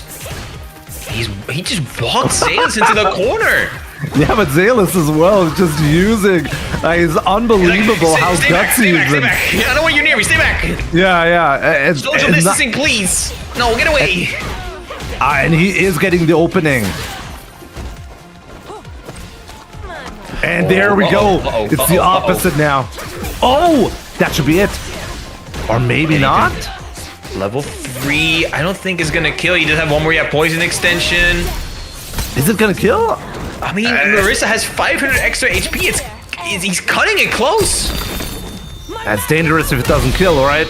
Ah, it is enough though. It is enough. Calculation optimization station. He had the TI-84 right next to his controller, so he knew exactly how much damage it was gonna do. And the math checked out this time. Zalis set point on the verge of eliminating Infectious here. Yeah, and right now, going into the set point in this round, this final round, dominating fashion right here. Right now, Infectious got to figure out a way to get out of this corner. Definitely is. Ooh, careful. And this is so tense and amazing with punish. Infectious has been so good with that. And gotta keep in mind, this is gonna do a ton of drive gauge damage. One more combo is gonna put him in burnout if Zalis is not careful. We'll see what's gonna happen. Yeah, huge damage. Even Immodern just ate the stamp medium punch. Can Infectious extend? I don't think he can. One more hit. Oh my god, he low crushed it with the phalanx. He's forcing out a final game out of Zalis. Oh my days, Jimmy. We've got another 5-game set. Yeah, like every single match, every single set has been so close so far. Just almost whiff punished out by Infectious. It does feel like Infectious now, like the adaptation from both players is absolutely wild. It looked like Zalis was back on track, but now Infectious is looking better as well. It's hard to predict what's going to happen. Absolutely. And amazing, once again, Infectious finding a way in, almost got Zalis back to the other corner. Oh, he finds the low. They're literally just duking it out, these two. Oh, the perfect parry on the fireball. It's gonna give Infectious a little bit of breathing space. Trying to get those whiff punishes with the medium. Man, Aki though. Wow, what a whiff punish. Even Infectious didn't believe that was gonna work. Oh, he didn't. No, he did not. But Zalis does find the confirm. Does he need to spend a bar? Oh, he does. Just barely, of course. Again, Marissa with that 500 extra HP. A little bit beefier compared to the rest of the cast. But Zalis now set point. Yeah, you don't want to risk not killing, you know. You gotta finish it whenever you can. An amazing whiff punish now. Like, I don't know how many buttons I've seen Infectious use to whiff punish Zalis. Very, very knowledgeable on this. Clearly he knows what's going on, but Zalis just still such a strong opponent. Clearly taking a look at how Broki did it. But bam, once again, match point Zalis, but still Infectious not going down without a fight, putting Zalis back to the other corner. Let's see what's gonna be like the guess. This last time Zalis just got hit here. Oh wow, Okay, very instead. defensive. Oh, Infectious is chilling. Doesn't want to take any risk. Oh, big whiff from Zalis, allowing Infectious with the jump in. And now once again, Jimmy, we have a final game, final round situation. Yeah, That's Zalis.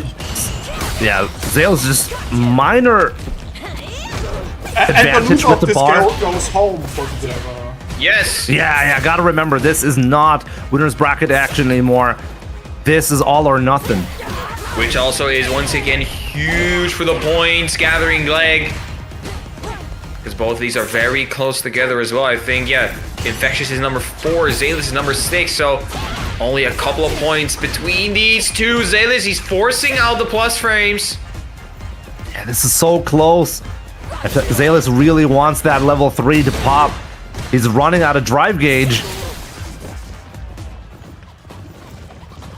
And so defensive. Both players just not Zalis, doing anything. they both don't want to take any risks. Zalis close to burnout. He finds the back throw. Now Infectious into that corner. Zalis is sitting on the level 3. Oh, No big way. mistake. He threw him out. No. No, hold on. No, this is very good for Infectious. Now Zalis is in burnout. Wow. Heavy That was punch too clocked close. on the dome. My goodness, Infectious with the 3-2. He had it with, and it was again the whiff punish, or the, I think it was a read, it was a counter hit, it was a read in the end for Infectious. Oh my days, What a nail man. biter. What a nail biter. But yeah, Infectious moving on. I mean, Infectious did have some drive gauge left, could afford to take a risk there. But man, that was an amazing set. So many clutch moments in that one single set. And as I said, though, like, Infectious' ability to whiff punish right here really came into play and made this possible. That was just phenomenal. But yeah, could have gone either way. Like, let's be real. That was so close at the end. I feel like the clutch moment at the very end where Infectious was able to reverse the corner situation, that was really the nail in the coffin for Zalis. He really needed to keep the corner pressure alive and just couldn't make it happen. Infectious got out, jumped out, and once again, like, Zalis was always trying to get the perfect parries, and Infectious held back on the button presses as a result, kept getting those throws. The punish counter throw is very, very hurtful in this game. So yeah, couldn't make it happen. But what we did make happen is getting the top 3, the payout Doesn't for mean we the need match to win. stop here, you know? Yes, Let's exactly. aim for the 200. Absolutely. Also, gentlemen, I need to excuse myself for a second. I need to get a glass of water because I'm getting this Street Fighter actually making me a little thirsty. So I'll be back with the glass of water in just a second. Absolutely, absolutely. Shouts once again to JNV, I mean, for making like this big contribution to get the $150. That was very much appreciated. But as I said earlier, these players are fighting so many difficult matches. The entertainment factor is like, couldn't be any better. Let's try to get the payout as high as possible for these World Warriors. So yeah, that would be very much appreciated. So check out the match Reno. And with that being said, we're actually getting to the final round 1 of top 8 match between Problem X and Frost. I mean, we did talk about Frost getting this first top 8 result, and immediately, like, it's actually kind of sad, you know, he's getting rewarded for his amazing performance by playing none other than Problem X. I mean, that's going to be a tough... If you want to hang with the big dogs, you got to hang with the big dogs, right? You got to show You that know, you can when beat them. When I told Frost, like, I know Frost for a long time, right? Back to I was like to Frost, yeah, good to see you again. And he was like, yeah, finally I have a character I can play. And you will figure out in a second which character he actually means. Yeah, I actually don't even know. Yeah, I was gonna say I don't. Chat probably knows. We all know who Problem X plays. It's gonna be a Lord Bison. Oh, Sagat! no! All right. Oh, his name is Bogchen. All right, that's pretty funny. Oh my god, like, I said I don't know who Frost is, but the other day I actually did play his Sagat, and he was amazing. So, there we go. I got this piece of the puzzle solved, I guess. But we'll see if he can solve Problem X, though. That's gonna be a tough order And right now, fighting from the corner and Problem X, but man, these buttons from Scott, so effective. Great bait. Great. And the forward heavy kick allowing for so many different combo routes. Look at this juggle. But this character's so sick, man. If I remember correctly, he had actually a very good Cody in Street Fighter 5. Okay. Yeah. Zonk. It's kind of interesting how Sagat plays very differently from previous Street Fighter games. He has an interesting style. It's hard to call like how to even play this character. I think what I think is so... He played Cody and then Sagat later, yeah, I remember. Okay. I think it's funny, right? With especially with a couple latest DLC characters having very clear strengths, but also very clear weaknesses as well. And I think Sagat is right there. You know, his strengths, of course, is the fireballs and his long normals, but they linger for so much. It's very easy to whiff punish him. So Yeah, if you that's get to if you're not careful with your buttons, you're gonna get blown up. And Problem X, he's one of those players that can capitalize off of your impatience. And for now, Frosty's he got the first round, but the second round he's gonna put into the stun state. And now Problem X, he's forcing out round number 3. Yeah, this is looks like it's gonna be a close one. Both players. He blocked that? Yeah, that was amazing. Was right? that a parry? I think it might have been a parry actually. I think it was just regular block, right? Oh yeah, you're right. So I don't think Yeah. you play just right now. Oh, he made out the tiger uppercuts. Yeah, immediately going max damage, not just to the health bar, but also, more importantly, to the drive gauge, trying to get him as close as possible to burnout. Oh, again getting opened up by the low. It's so tough, and now rough. he did get it. Frost definitely needs that opening into level 3, but even the CA is not gonna burn out Problem X at this point. Like, he just took too long, and Problem X capitalizes, getting game number 1. Yeah, even I want to see more from Frost though, because I love me some good Sagat. This character is so incredibly cool. Oh, there you go, tiger uppercuts. Not many tiger shots though, of course. Tiger shot a little bit less emphasized in this game. Yeah, but he definitely... Oh, what an amazing back throw. Yeah, true. Oh, yes, so we punish it with our own sweep. Yeah, and that's that stat medium punch +2 on block. So definitely the playmaker for Sagat right here. Oh, he tried. He didn't get the punish right there. That was interesting. The buttons of Sagat, though, very powerful. Gotta be careful. Again, not ready with the ultimate tiger shot. Oh, the OD Devil's reverse. Yeah, great conversion. Good conversion from Problem X right there. I do wonder if Frost is just not able to react, or if he feels like it's not worth spending the super because the situation is just so bad. It's hard to say. But right now... Ooh, that was a whiff Shadows Rise right there from Problem X. Good blocks again on the Devil's reverse from Frost. Oh, there's the punish. He misses though. Yeah, it seems very difficult for Frost to deal with the Devil's reverse, and Problem X is really capitalizing on that. He can burn him out. Is he gonna go for it? Yes, he is. Over to level 3, the crazy juggle, the combos this man has, absolutely ridiculous. Good position here for Frost. Straight going for the DI. Problem X. Oh, he dropped it. Frost. Come on, man. No. Uh-oh. Oh, wow, what a brave tech. Unbelievable. Unbelievable. I thought that was going to be bad. Bro, I was scared, man. I was scared. But Problem X betting it on the slide. Frost blocking in time. However, Frost looking to tie things up for now. Still, like, the fact that he teched that throw, that was so risky. Frost could have died right there. But right now, again, so tough. Oh, what do you do? This is what happens when you make all the wrong decisions, when you just choose or guess wrong. That was literally just a let's go gambling round for Frost, and my man, I pray to God you don't go to Vegas, because that was just so much unluck right there for Frost. Yeah, but at the same time, I do have to wonder, like, what do you even do? Problem X has been perfect on the corner control. Right now, though, whenever Frost is getting the openings, he is getting the damage done. Like, right now, very effective. Oh, he could have gotten more. Uh-oh. Uh-oh. Don't want to let the beast loose. Plus frames on the Psycho Crusher. Ooh, startup of a Tiger Shot right there, I think, for Frost. And probably like sniffing that out again. Plus frames from the Mine. Yeah, this is such an unfortunate position.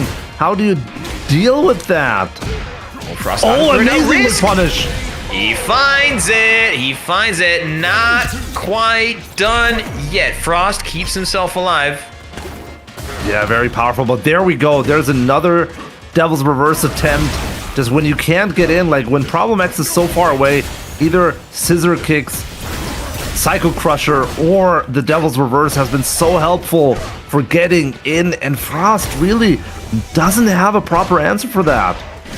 Oh, just harassing him with the back heavy kicks. Oh, by the way, we did get a $50 match Reno. Thank you very much. Thank you so much. The Tooth Man for the 50 on match Reno. Yo, damn. Oh, thank Frost you so much. Maybe a little bit nervous. Not quite getting a conversion off of that DI, but a huge call out against Problem X now. Overhead is parried, however. Problem X putting a stop to the offense. Rato, man. That's Friday. I won't forgive Dogora for single-handedly blocking Elena buff for next season. Oh, did he get second? Because someone said that Elena got second. But anyway, Problem X is on set point. Frost sitting on 3 bars though, so the DI is not going to be completely free. But does he have the reaction? That is the big question. Yeah, this is a tough one, and there it is. Couldn't react to it. Problem X is going to take it 3-0. He just couldn't prevent Problem X from getting in. It was just too difficult to keep him out. And even with the great buttons that Sagat has, it was just not good enough, you know? It's difficult to deal with Sagat's Devil's Reverse. It was too difficult. The Scissor Kicks were a great opening source as well. And the OD Psycho Crusher got him the opening that Problem X needed as well. Like those were just the key moments, and whenever the corner was there, it was too difficult for Frost to keep Problem X out. Very unfortunate. That was loser's bracket action, but nonetheless, shoutouts to Frost for making his the first top 8 appearance in Street Fighter 6. Congratulations, that is an amazing feat considering the strength of this region. This is a super region. Always got to keep that in mind. So yeah, I hope he's going to come back next time for the 5th event and next year, obviously, as well, to show that he can do it as well. Absolutely. Absolutely. And again, with the current state of Street Fighter 6, you know, I enjoy a little bit of character variety, and I think Sagat, I mean, he's just so cool, man. Like, how can you... The guy is what, like 7 feet tall? He is objectively the tallest dude in Street Fighter 6. And his combos are sick. The Tiger Shot is still cool, even though it's a lot less emphasized in this game compared to Street Fighter 5 and even Street Fighter 4. Street Fighter 4, you would get Tiger Shot until you dead. We going right into the next match. Loser quarter. Muscle Noob versus Infectious. Right, there you go. Yeah. Kind of interesting, this matchup right here, because I feel like Muscle Noob is like the king of whiff punishes. He's so good with that. But Infectious can rival that ability with his Marisa, so it should be interesting to see who's going to be getting the upper hand in the neutral. And right there, like these heavy kick punish counters, absolutely crazy. Missing the crosscut DP though. Absolutely. I do this matchup for Marisa though, it's really rough because Ken just wants to be in your face, and Infectious on the Marisa doesn't have many reversal opportunity. She does, of course, have the drive reversal. The level 1 got buffed as well. But still, when Ken is in your face as a Marisa, it is a little bit of a struggle bus. Yeah, I can imagine. But, I mean, never count out Infectious. Infectious has really shown that, like, he's able to just make any bad matchup. I mean, Marisa, we've talked about this, has been not considered very strong, and yet Infectious here he is getting the W's done against anyone. All right. Oh, great!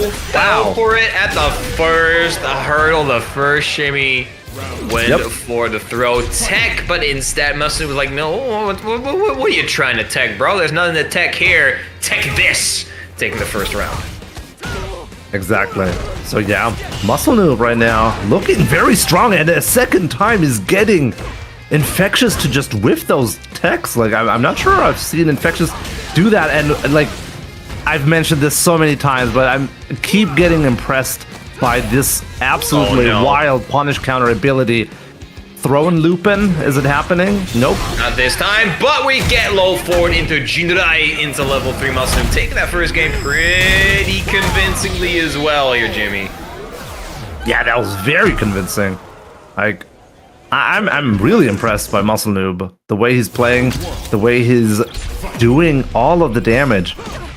Very, very good. Like, Infectious, as I said, he's known for his great adaptation, so we'll see about that. I will see if the first to 3 setting is going to come into play here. Definitely might. Oh. I really have some bad news, though, for Muscle Noob. Like, so far, Muscle Noob, whenever he's, like, dropped a DP, he did lose the set. So far, this is the second DP drop. We'll see if that's gonna. Is. Oh, there's a third one. Oh no! Dominator's curse. Oh my god, I feel responsible. I feel responsible you for that. You for sure are. You're gonna be banned out of Muscle Noob's chat. That's for sure. Yeah, my bad. Yeah, right now though, great interruption by Infectious.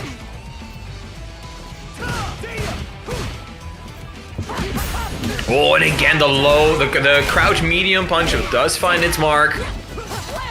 Yep, and great command grab. Is that the first one? I don't think I've seen him do that. But there we go. That's the Muscle Noob that I know. Not many. There's been a couple, but not many coming out of the Infectious. Yeah, right? Like 2, I think you can count them on one hand. I'm pretty sure he's not been using that tool a lot. Maybe should show that, make that threat more often. Ooh, Muscle Noob just chilling. This Muscle Noob just... Muscle Noob knows if he gets one opening, he can kill with the CA.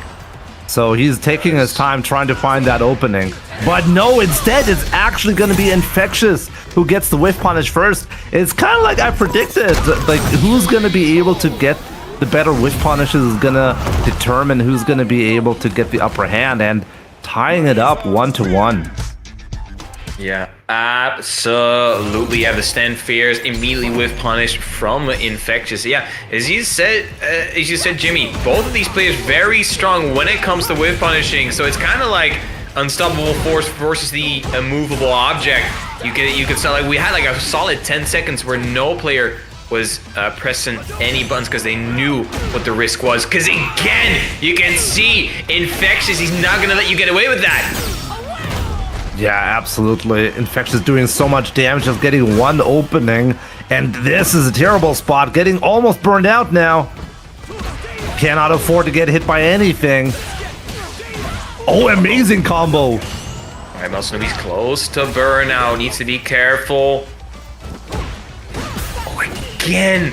Muscle Noob is not allowed to whiff any single button. Not even jabs are on the table. I'm so impressed, though, that Muscle Noob is actually able to...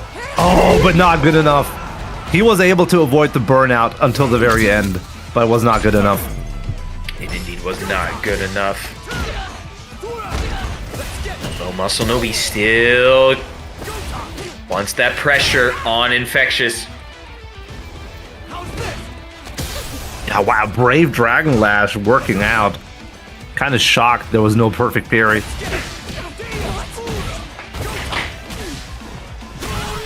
Great anti-air walk back against the wall. Oh, what? Good tech, brave tech there from Muscle Noob. Keeping Infectious very effectively in the corner, but not the... there we go, that's the whiff punish.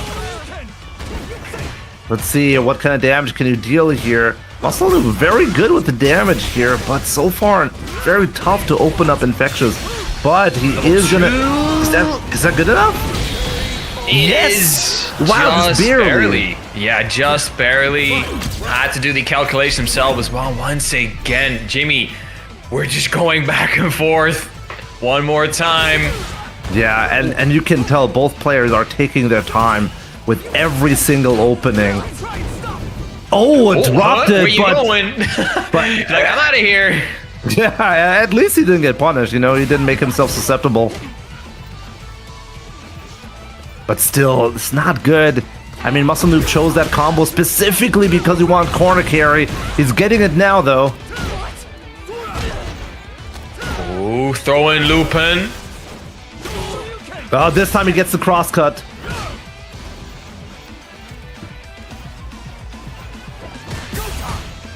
Trying to get the wave punish, not quite there. Ooh. Not in range. Jumps away from the Dragon Lash, but nothing after that. Muscle Noob sitting on a life lead, 42 seconds left on the clock. Man, both players taking their time. No buttons. Well, there was the first button. That was so scary. They know any button pressed is a risk, and the low medium punch from Infectious straight into the level 3. He knows with the way these two have been playing, a life advantage is all that counts right now, because now Muscle Noob has to come to him. Yeah, it baited. Wow, amazing bait. I thought that was not even good enough. It looked like he was still gonna clip him, but no, just barely whiffed. Wow. I thought that was gonna hit as well, that level 1, because it looked like he was gonna kick the hand reaching out for the throw from Infectious, but no. What a great, amazing bait coming out of Infectious. He now 2-1 up. Yeah, and well deserved as well. But still, Muscle Noob, I mean, we've talked about it, it's so close, you can't really call who's gonna win this. But man, the pressure now. Infectious, he's looking good. Crucial perfect parry coming out of Muscle Noob though.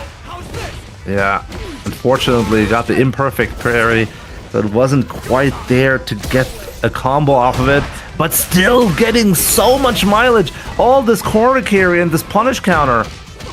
Still, this is, I feel like it could have killed possibly. Oh my god, what an interruption.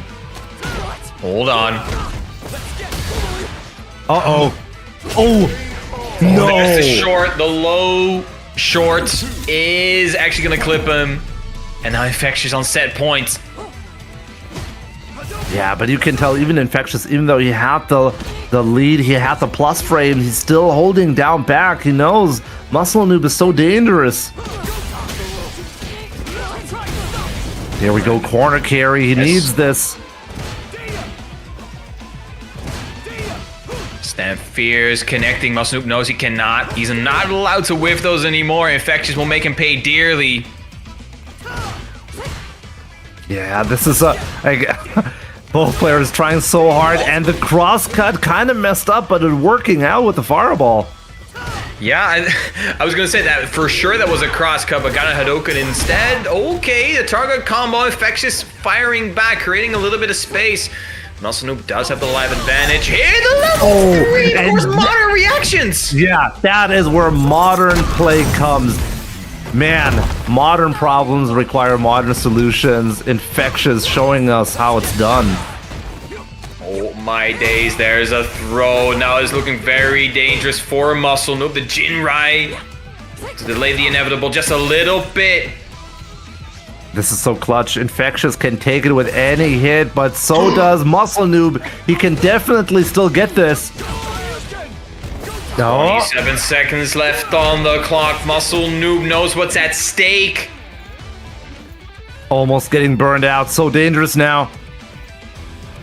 17 seconds.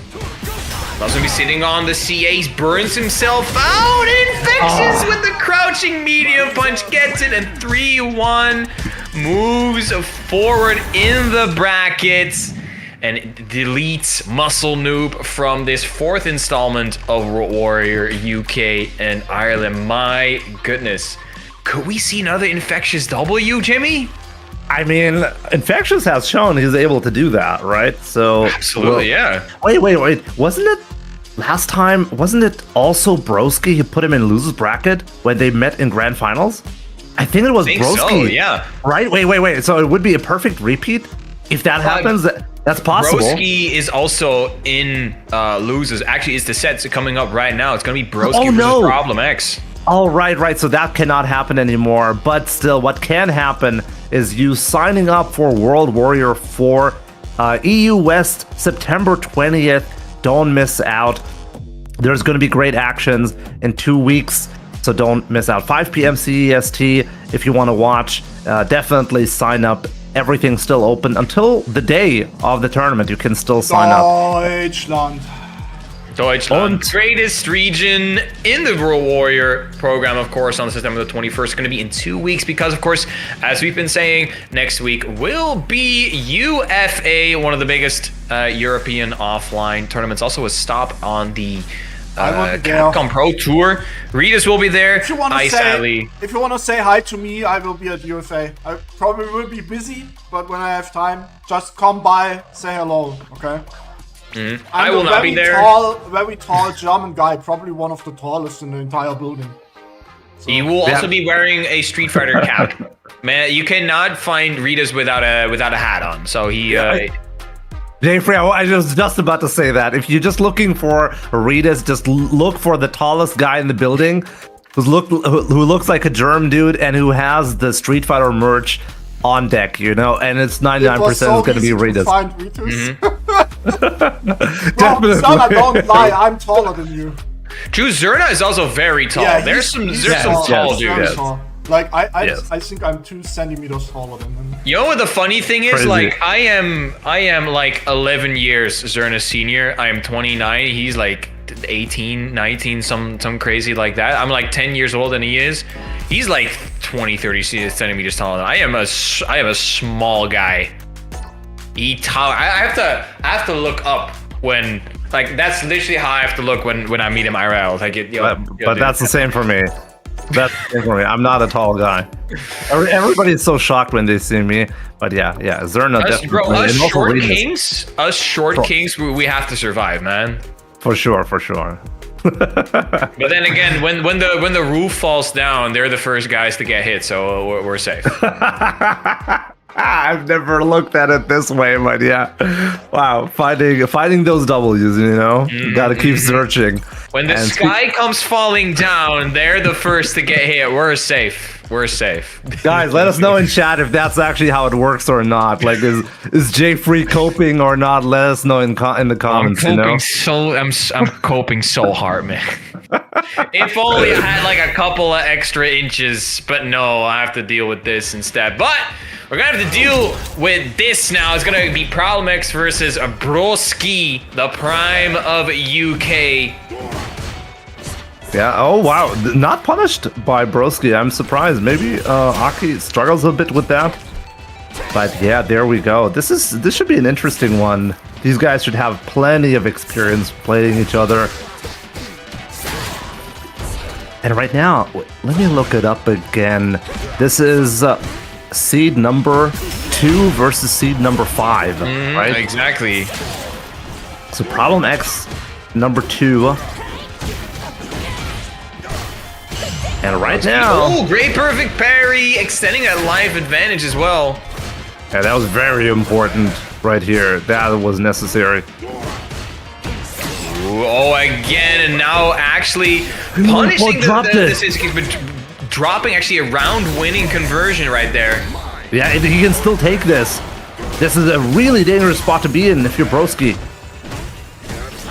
Yeah, you might be the queen of burnout, but when you're burnout yourself, you're still at a disadvantage. And there is the DI. Broski not looking for that one. The big question is, can Problem X... Oh, he already has level 3?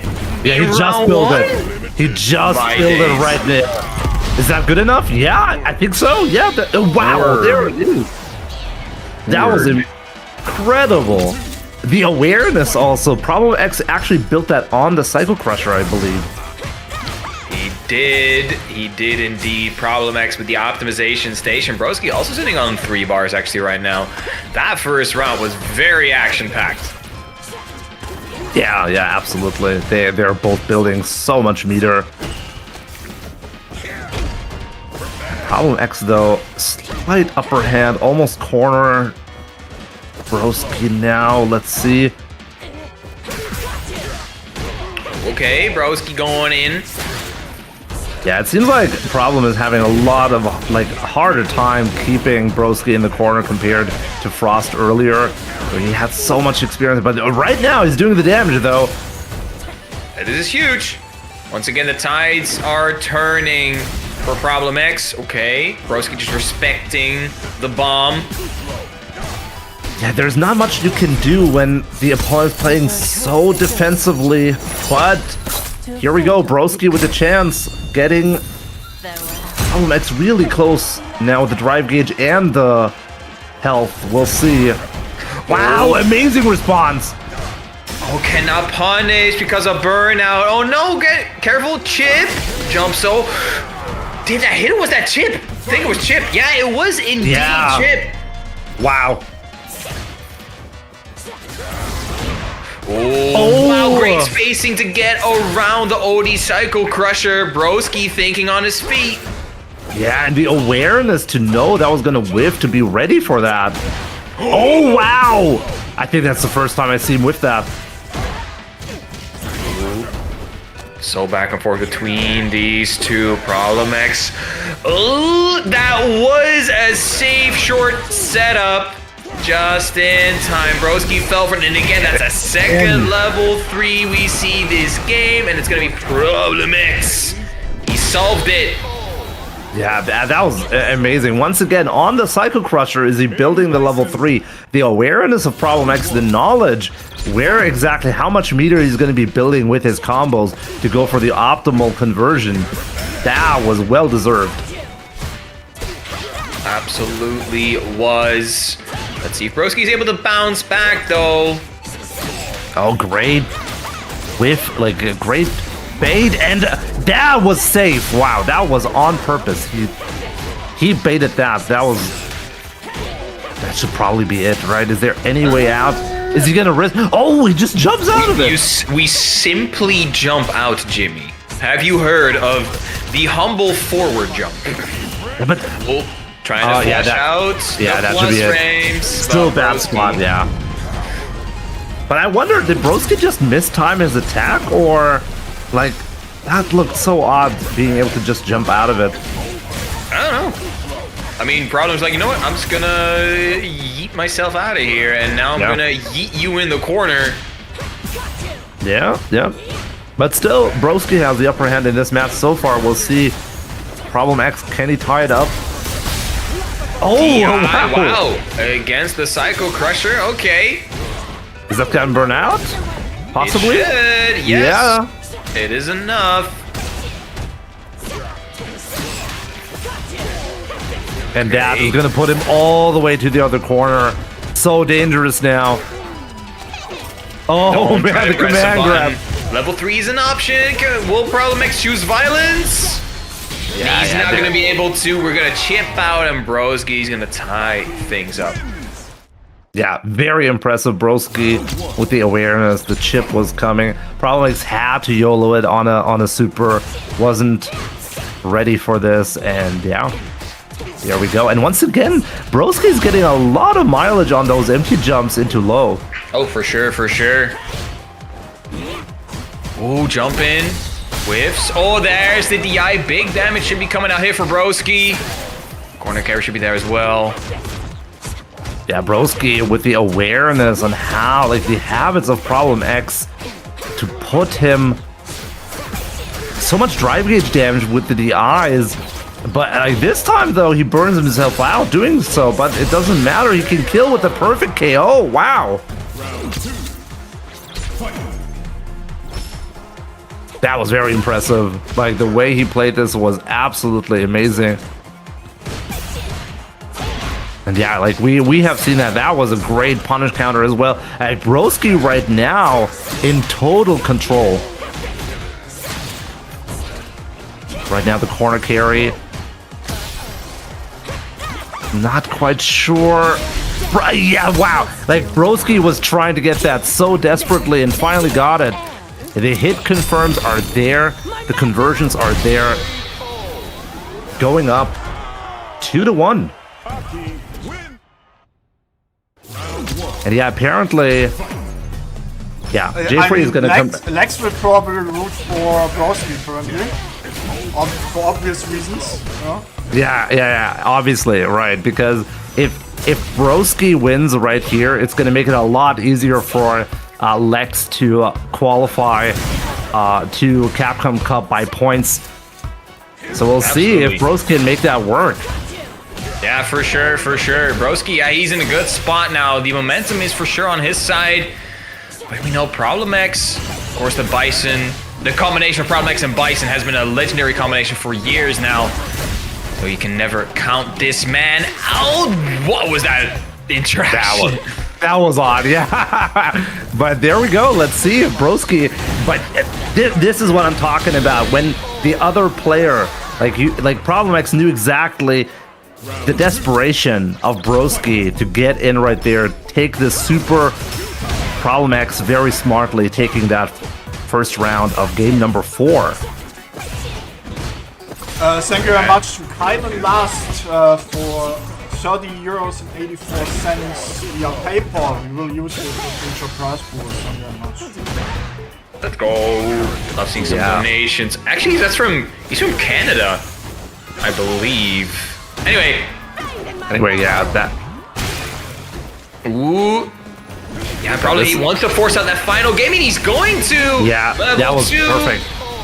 The Goomba Stomp. Yo, I saw a 1-up pop up in the background right there. Man got an extra life. Forcing out the 5th game.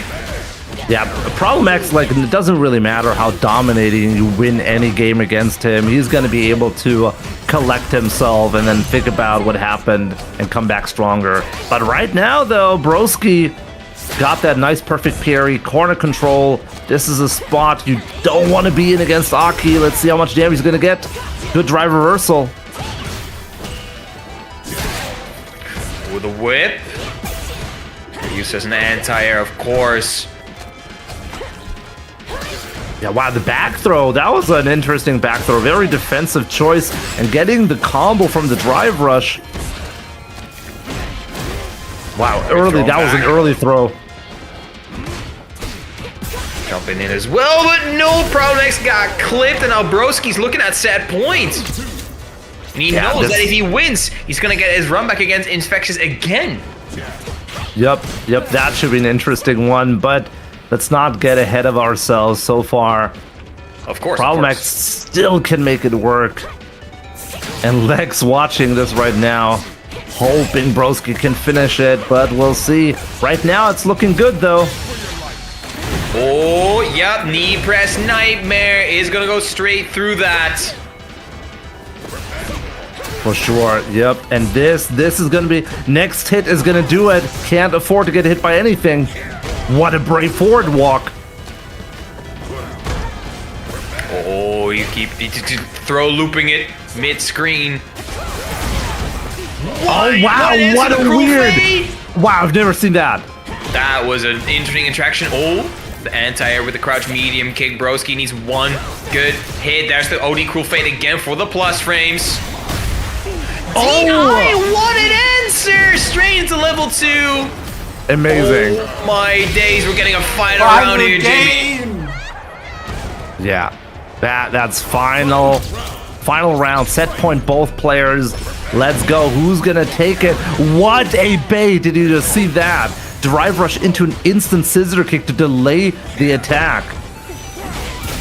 Oh, bonk with the mine. Oh my days, Jimmy. Everything coming up roses now for Problem X. He's forcing out the plus frames. The drive reversal is blocked. He has level 2. That should be more than enough. And with a perfect round, Problem X eliminates Broski from this 4th installment of World Warrior Ireland UK. Yeah, absolutely. Like this, I think it really shows that Problem X is a veteran player. He's been around for so long, and to come back from such a difficult spot. He always He always comes back. Especially Evil champion Problem X. Loser side Problem X is probably one of the most scary fighting game players of all time.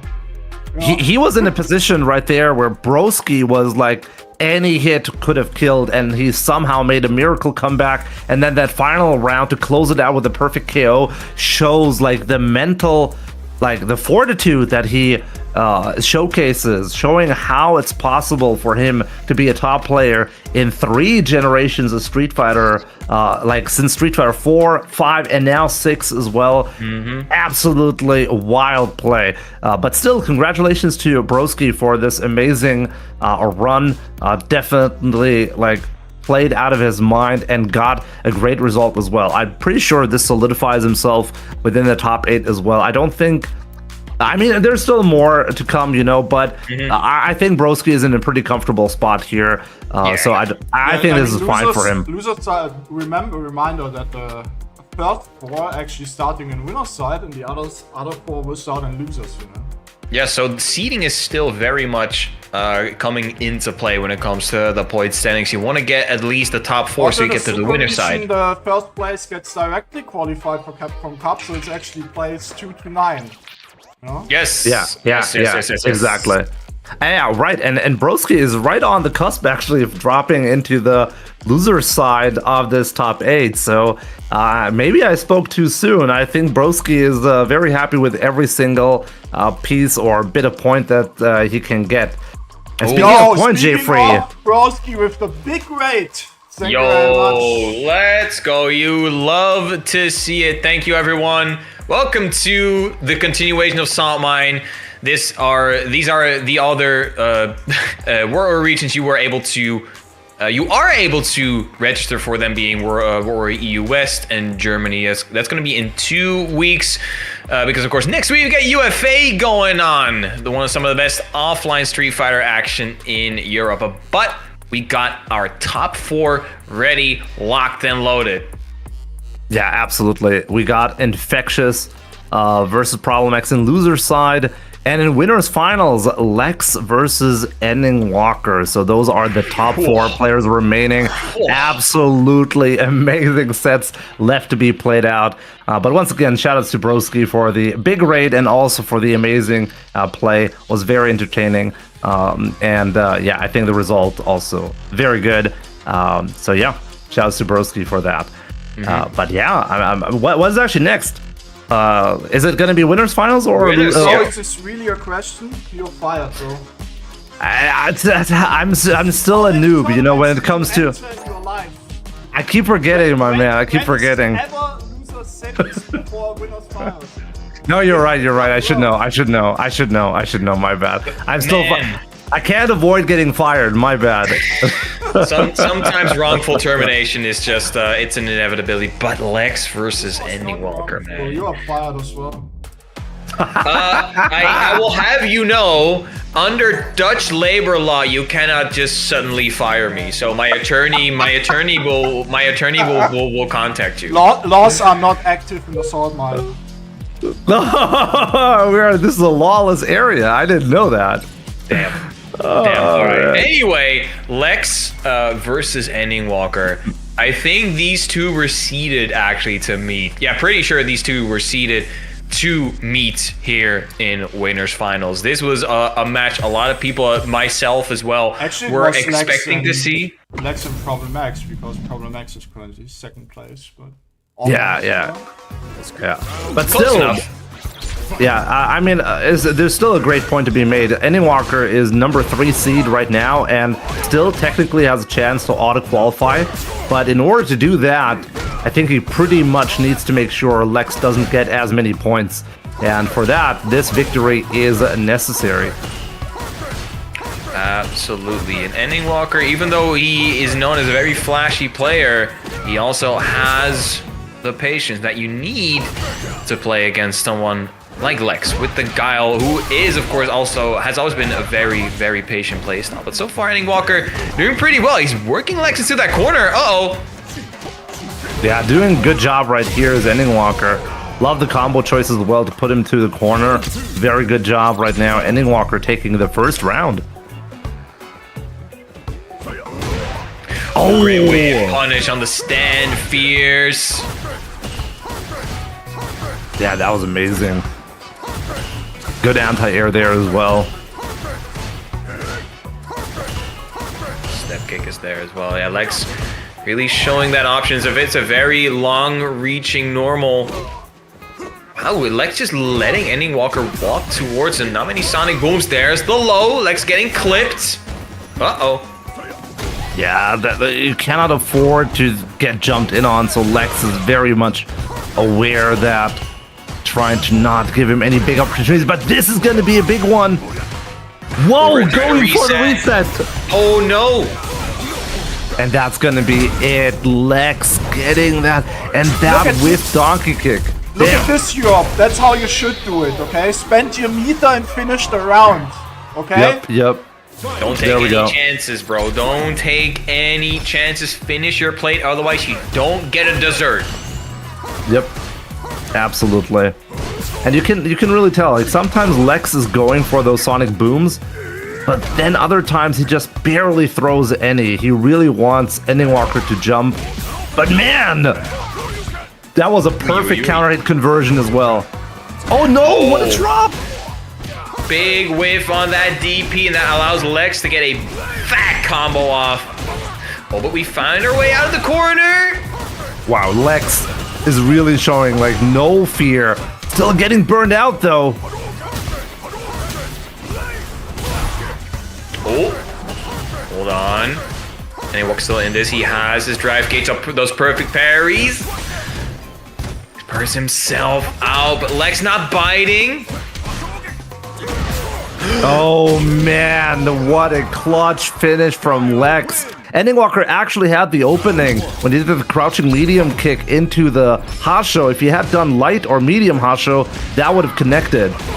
Instead, he chose heavy and could not finish it. Very unfortunate. But right now, Ending Walker is still not out of this tournament like this. Like, he wants this victory in winners finals. He wants to be the guy in grand finals. Who wants to be the guy? He wants to be the guy. But so far, ooh, Lex! Amazing. Oi, oi, oi, oi, oi. Really making it hard for Ending Walker, but great jump in. Jab, jab into the Shoryu. It's all that he needs for now. Yeah, very, very good play right now. Ending Walker, but it's so back and forth. Great whiff punish. What an awareness, an immediate reaction. Oh, ODDP, get off me, bro. This is the second time, wow. This man has no chill. Yeah, like Lex knows exactly what to look out for. This is not that easy for Ending Walker. This is why he's been so hesitant on getting in and immediately whiff punishing. That was the only button Lex has pressed. What? Oh, shimmy! Oh, Ending Walker's gonna spend it. DP into level 3. Actually, that might kill. That might kill, yeah. I mean, it's Ryu. You know, the damage. Yep. Wow, that killed. Ending Walker with Jimmy, the awareness. Don't act like you're surprised. I should. I'm still He's surprised. trying to ham it up. He's trying to ham it up for the acting camera. like, wow, this killed. No, for real though. I think I wouldn't have spent all the meter because I would have been afraid to spend because I didn't think it would have killed. But man, that's why. Ending Walker. Why, you know. Well, what are you gonna say? That's why he's a better Ryu player. Oh damn! I'm getting burned right here. You're getting caught out of this, Jimmy. Yeah, I'm literally getting fired, and the fire is burning me. Oh wow, good DP.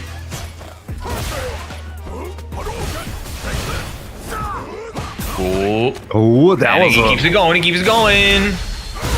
Level 1 to get out. Yeah, create some distance. Oh, getting the opening, but dropping it. Wow, what a drop That's from big. Lex. Big, huge even. Ending Walker now in the lead back in the set.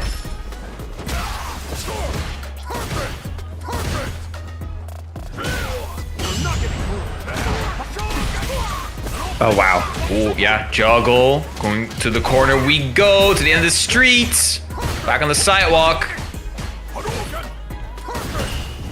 Ending Walker's pressure is amazing. Wow, oh wow, he's tried to be greedy, but didn't quite get it. Was that on purpose? What was that? Can he kill? He's gonna kill. We for sure, the Shoryuken is gonna give Ending Walker the 2-1 lead now over Lex. Yeah, amazing. That was great. Like those clutch corner sequences from both players, really. But Ending Walker coming out on top, and I mean, people know about this, you know, if Ryu hits you, you're just not gonna survive.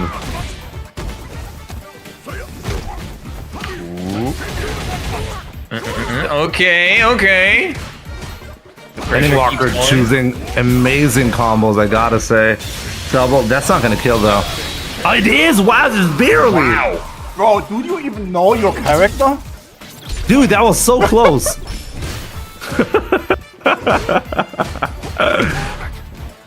My bad. And Walker has to look in at set point. Lex looking a little flustered. For sure, yeah, like Ending Walker just walking all over him.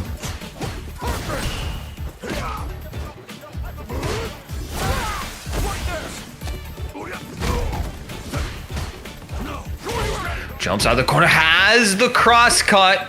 Ending Walker knows one low forward is all he needs. One with punish, one stand short, anything. Or the forward heavy punch, that's 3. Oh, the burnout sequence.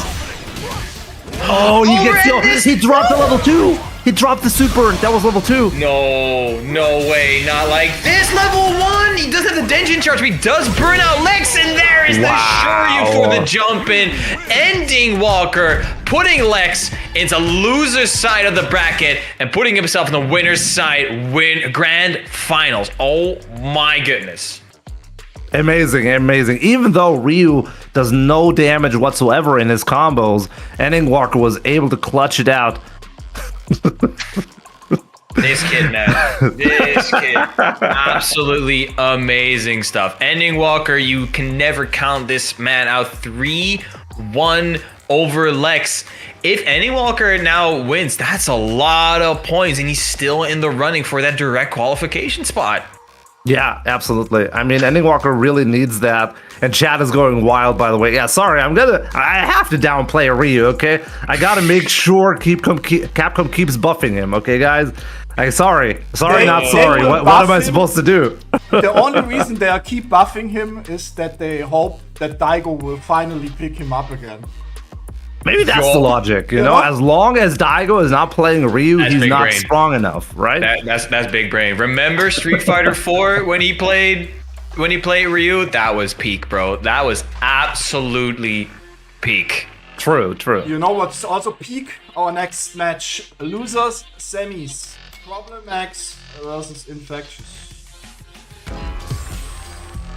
That should be a wild one. I mean, this is once again like if Lex wants to, or if anybody wants to make sure Lex is gonna have a hard time qualifying through the number 1 seed, the Problem X versus Infectious set, I think, is an important one. Not just for the players who are playing, but as I said, for Lex. This is gonna be like, it's actually kind of crazy to have these 4 players as the remaining players. Is Phenom out? No, Phenom actually won World Royal Northeast yesterday. That's the wrong region, bro.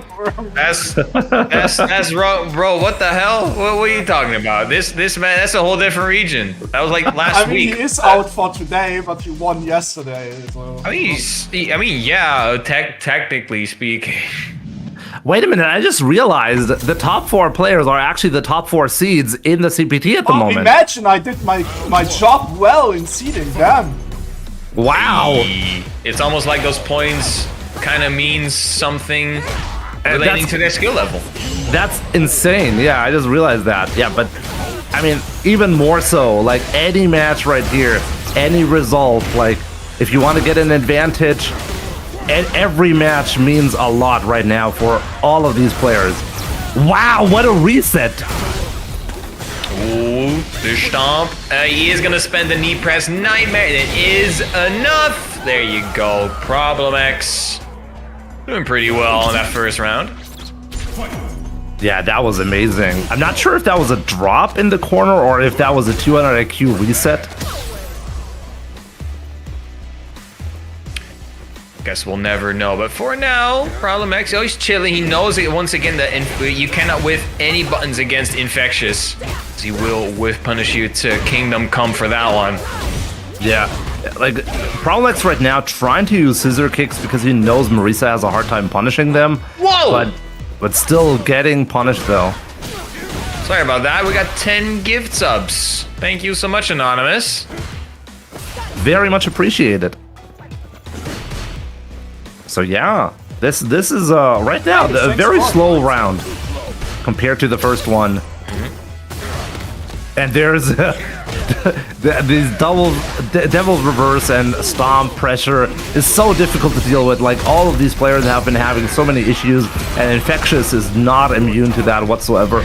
Problem X going up 1-0 in this losers semifinal set. And yeah, Problem X showing why Bison is considered one of the strongest characters.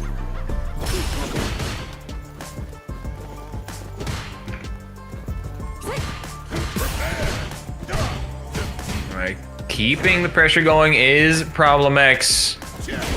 But again, very calculated, very close, very meticulous approach. Yeah, both players slowing it down.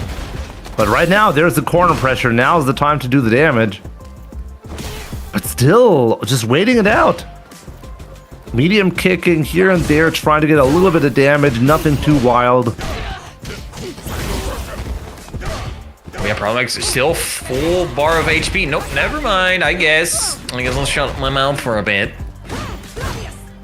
And they're taking their time. Ooh. Alright, punish counter throw, Infectious.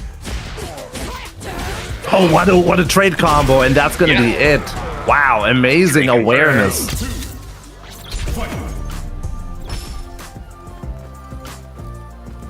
Oh. Both players. Wow, both players whiffing like that, and that again, Infectious has been immaculate with those whiff punishes though. Ooh. Not spending it yet. No, not yet. He's a little bit greedy. Infectious. Oh, a little bit too early on the crouch medium punch, actually. Doesn't want to spend everything. Is really trying to get into the final round with a little bit of super gauge. Let's see if that's going to work out. Oh, because right now, he can get. Is he going to get? Actually, he built. I think burnout. The burnout's going to be a factor here. Yeah, he can. Right there. Yeah, but almost not avoidable here. Against Marisa specifically. I think I understand what Problem X is doing. I think against Marisa, he just never wants to use. He doesn't want to use level 3 because he knows any super is going to put him into the corner. So he needs at least level 1 super. So that's probably it. But right now, Marisa is not a character you see often, but it is something you have to keep in mind when it comes to this infrequent matchup. Problem X gets the punish counter throw. DI, okay, just tanks it. Yeah, that was a bit lucky from Infectious, I feel. But still very even right now, both, even on drive gauge. Not anymore. Problem X so careful. Look, right now, though, and I think this is what he was afraid of. Still getting First Nightmare is connecting. Infectious. There's a sliver of HP left. Yeah, you cannot afford to get hit, though. Like, any combo is going to build level 2 for Infectious, and that's going to... Oh, wow! Getting a stray hit like that. Problem X. I'm shocked that worked. And once again, Devil's Reverse, the opener that you need.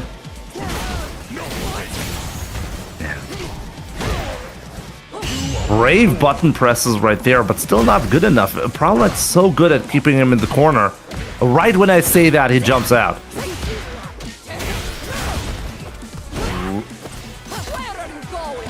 Again, Punish, counter with a command grab. That's big damage for Infectious and Problem X.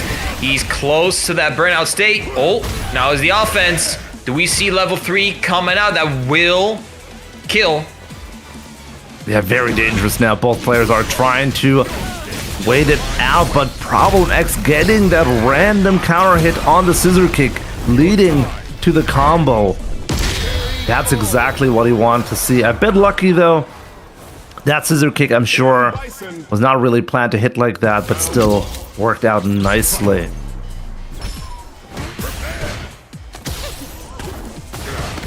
Problem X, he knows. Infectious, you cannot give him an inch because he will literally take a mile. Yeah, and right now, like Marisa, we know how much drive gauge damage she can deal. Infectious trying to go for empty jumps to bait the parry, but Problem X is not biting.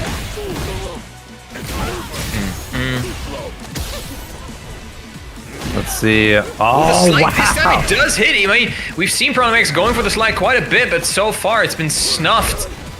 Oh no, Problem X, he's going for the throw. It's schlooping time. Yeah, throw and looping. It kind of had a conversion there. I can't believe how aggressively he's doing that. Absolutely wild reaction right there, though. Doesn't kill. Yeah, it's not kill. Anti-air, no, not there. There's the stand, medium kick, Problem X. Set point. Yeah, wow, this is... Infectious gotta do something about that. You cannot let Problem X do that, okay? Oh, great neutral jump to avoid the throw. Problem X gonna get blown up for this. Yep, there you go. There is that corner carry once again, and a decent chunk of damage for Infectious. Yeah, it's now looking a lot better, but man, still not done yet. Never count out Problem X, and this is a way to start it, you know? It's a level 2 once again. As you said, Jimmy, he's keeping that level 1. Oh, he's getting the side switch after that. Yeah, I think he prioritizes the side switch here. Oh, but still getting it Infectious. Oh. Still, set point. Yeah, still in it.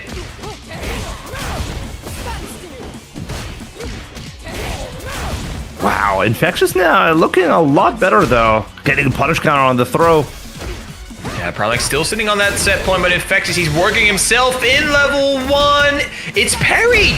Hold on. Yep. With the amount of damage Infectious can do, we're gonna get a... Oh, he could have killed. He definitely could have killed. He has his level 2 super. Yeah. Uh-oh. No, don't tell me. Especially It can happen. in Burnout, it's rough. But he knows. Modern reactions! Yep. You got to keep that in mind. This is not a classic versus classic match. You cannot do that. Maybe that slipped Problem's mind. He was like, no, you know what? I'm gonna go for the DI. He might not react, but Infectious with that big red M only had to press one button. Yeah, maybe he was thinking Infectious is aware, the Problem is aware, and then he tried to sneak it in somehow, but no, it's just not gonna work. But right now, though, it doesn't seem to matter. Very, very strong round from Problem. He's gonna be able to close out with a perfect. Slapped away. Okay. Wow. Oh, that was mistimed. No way. Was that a bait? No way. No way it was. Oh my goodness. Infectious. Did he kill? I'm not sure. It's Marisa. You can always kill, right? Wait, can you kill? No way. Oh, no. No way. Infectious on set point. Wow, that was crazy. That was wild, but Problem not happy with this round. Immediately going in. Oh, Infectious, he's trying to poke with the crouch short. Infectious, fired up, neutral jump, okay. Throw him to the wall. Oh, almost got the whiff punish. Throw, okay.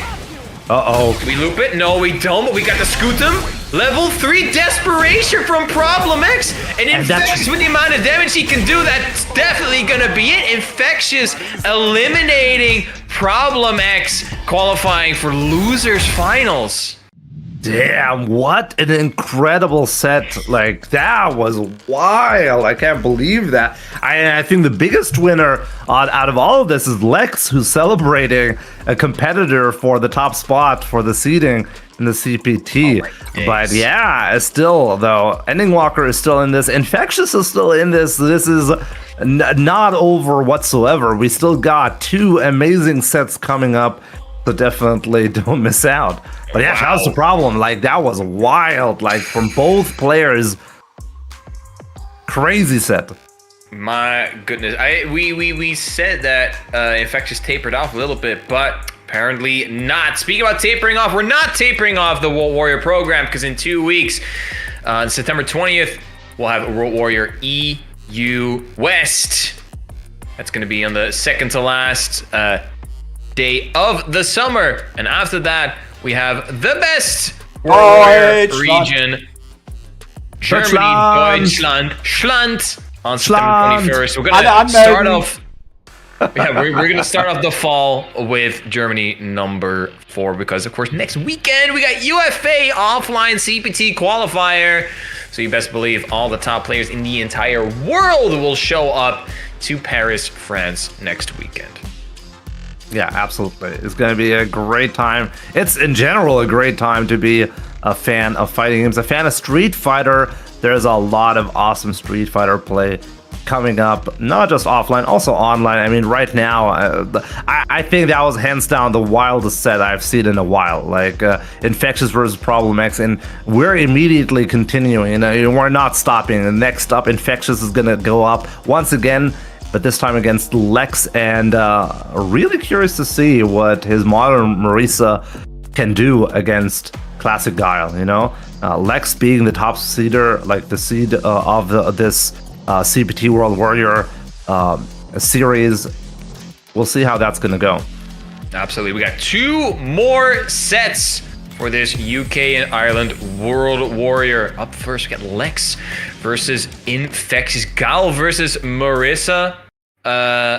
That for Marisa, that is very rough. But then again, we keep saying that the matchup is very rough for Marisa. But then Infectious is like, bro, see if I care. Oh, Lex going for the Bison. Very interesting, considering Infectious just beat, I mean, what is considered possibly the best Bison, right? Really curious how that's gonna go. Absolutely. Oh, amazing whip punish. Yeah, Lex getting a good start. Carrying the bomb, doesn't want to deal with any of that. Infectious, okay, that's where the pressure starts.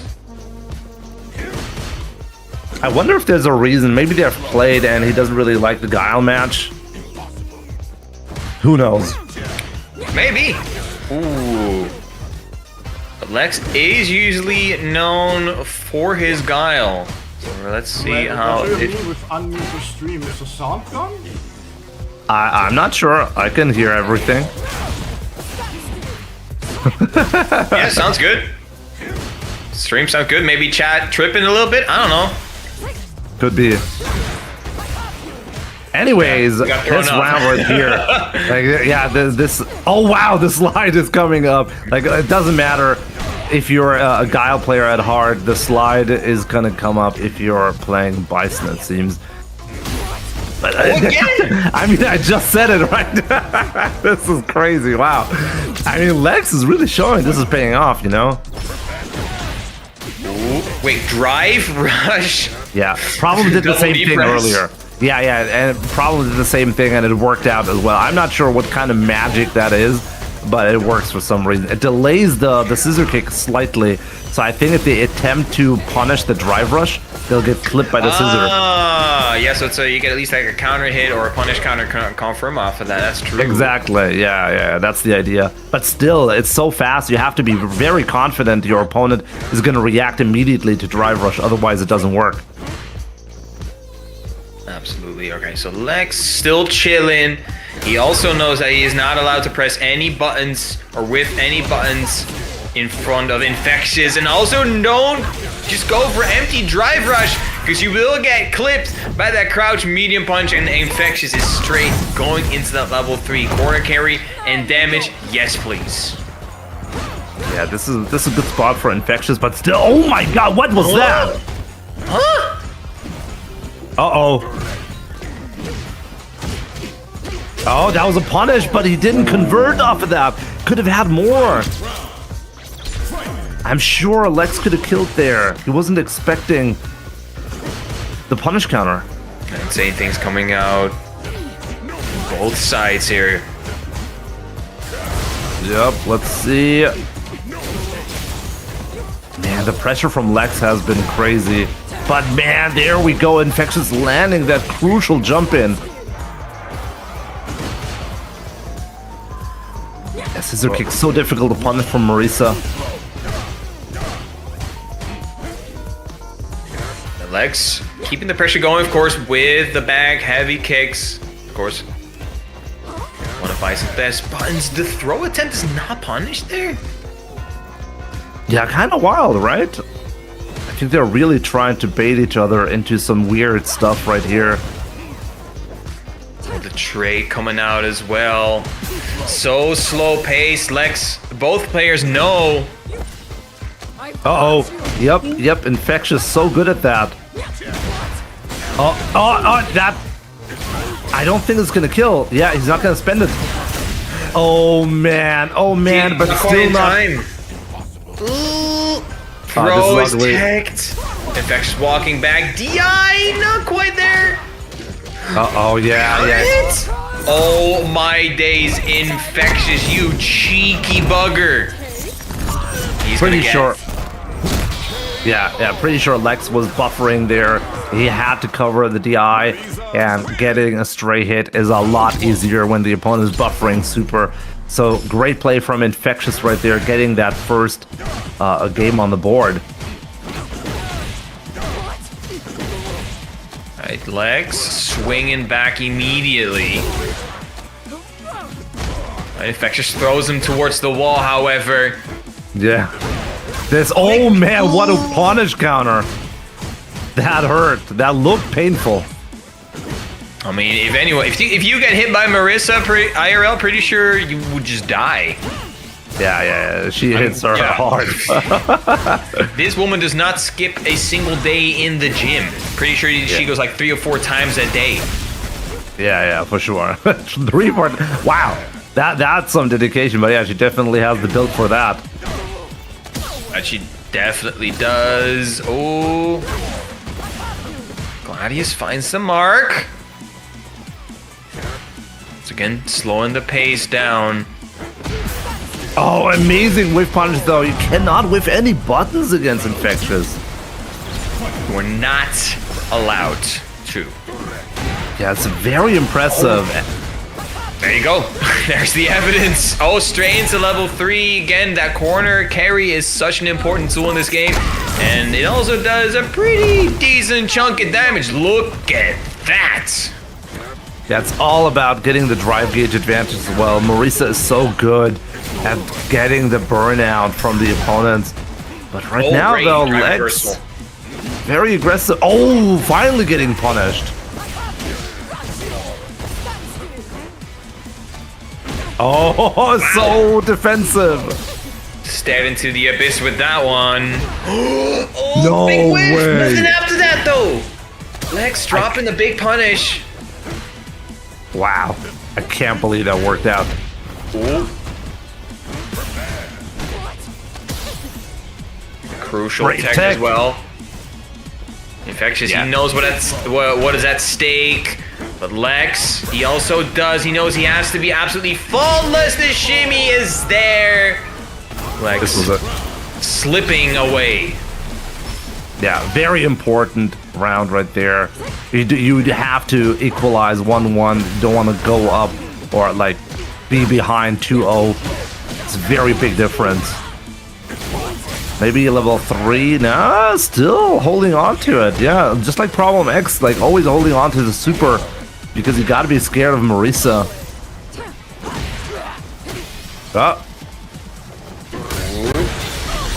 Oh man, and exactly this is the reason. Now all of a sudden you're in the corner. It's very likely to get burned out, and CA is your only hope.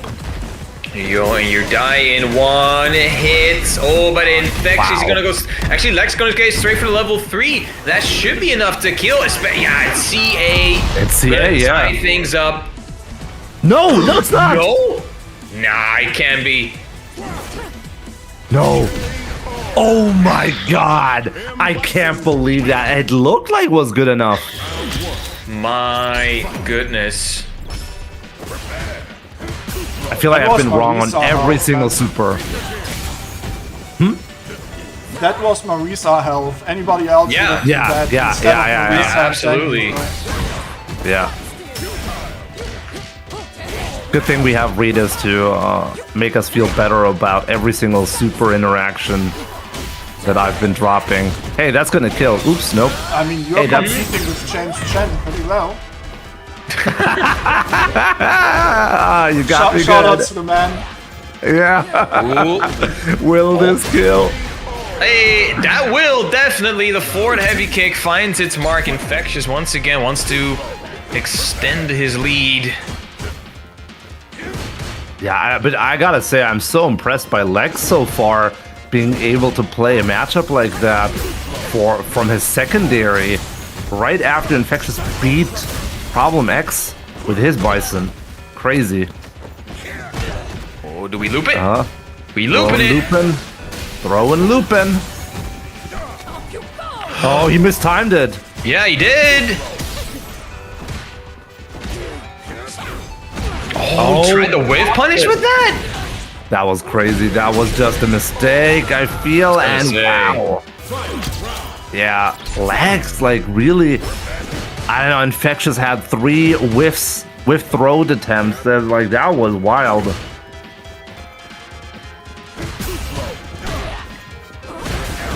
Oh, great whiff punish, great awareness.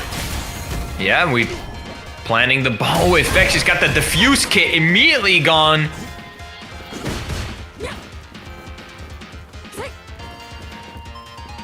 Yeah, Lex slowing it down to rebuild the drive gauge, though. Very smart decision, and now got the upper hand again. Getting a little bit close with the drive gauge, though.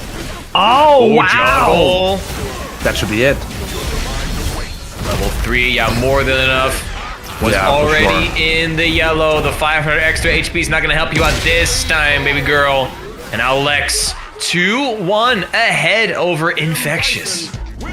Yeah, who would have thought? That's crazy. He's not playing Guile. The M Bison pick is paying off, it seems, but never count out Infectious. I mean, we just saw Infectious pull off like this crazy miracle comeback against Problem, so let's see if he can do that twice. I'm gonna observe it right now. Yeah, Infectious is on a pretty decent life advantage. However, couple of confirms from Lex can change that. There's the throw.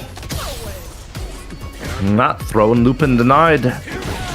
This time, scissor kicks, and there's the punish counter. Level 2 is gonna spend it immediately. Wait, hold on. Is that kill though?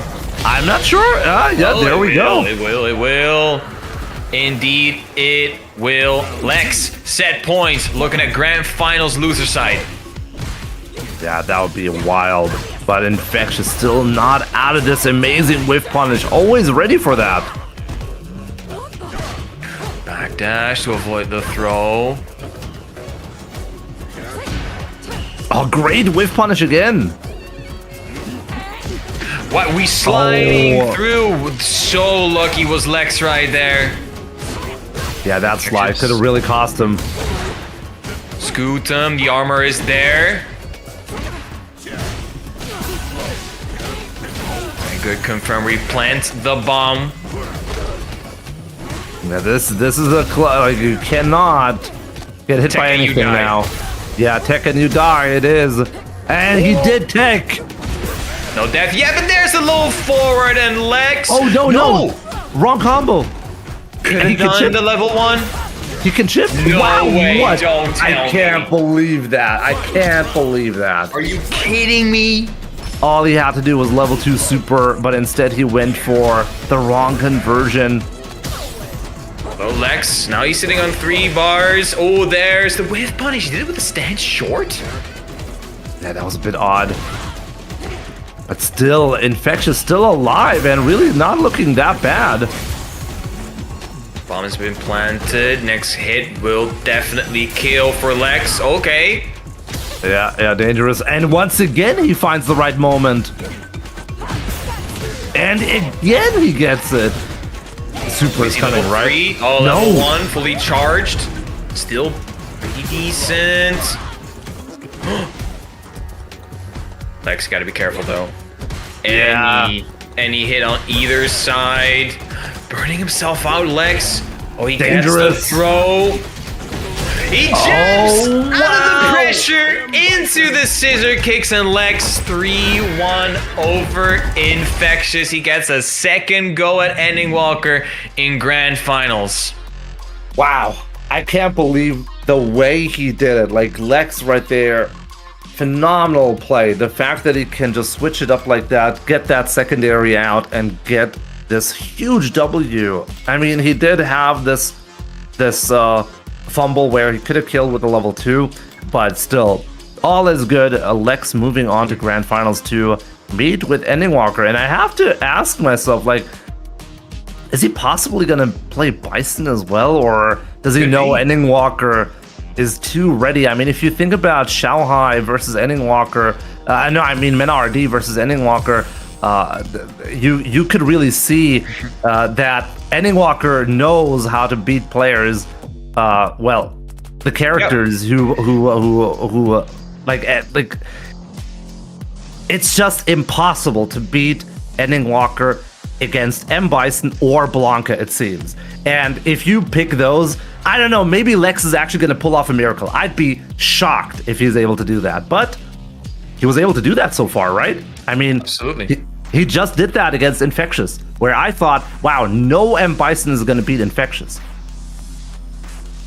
Speaking about beating stuff, we beat both of our Matcherino prize goals pretty handedly. We're 200 USD, but the Matcherino is still open. So if you do still want to donate, there's always a chance. Once again, shout outs to Toothman, the JNV, Mayor, Brackets, of course, Wizard. I think that's what you say, a Wizard.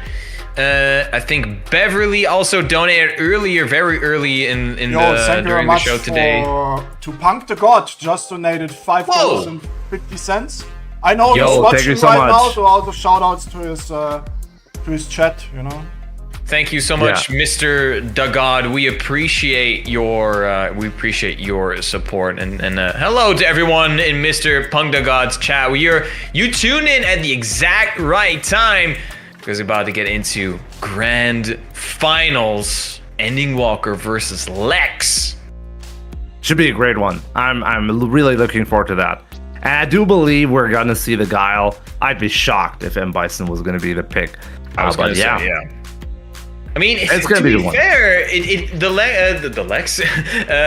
the Guile didn't work out in the previous set, so you gotta. I mean, I always say, change the process, change the outcome. So you have to at least try something different. But as you said before, we saw how Ending Walker dismantled Mena RD on both the Blanca and the Bison. Ladies and gentlemen, grand finals, Ending Walker versus Lex.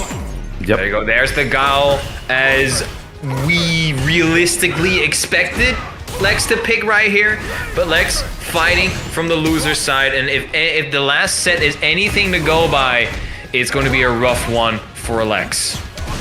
Yeah, I love the combo choices from Ending Walker, like the light kick punish counter into the OD donkey kick. It's a bit unusual to see that, but yeah, great choices.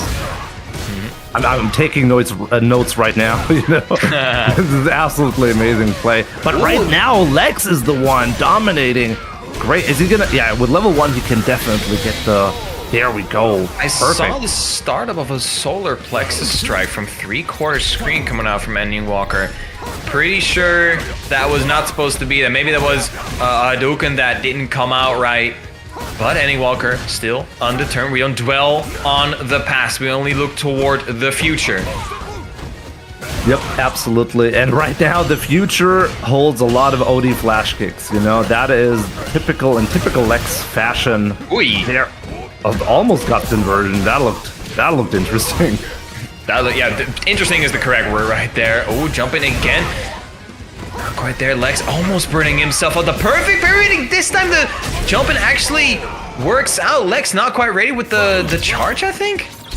Yeah, I think Ending Walker is really throwing Lex off with all of those perfect parries on the booms.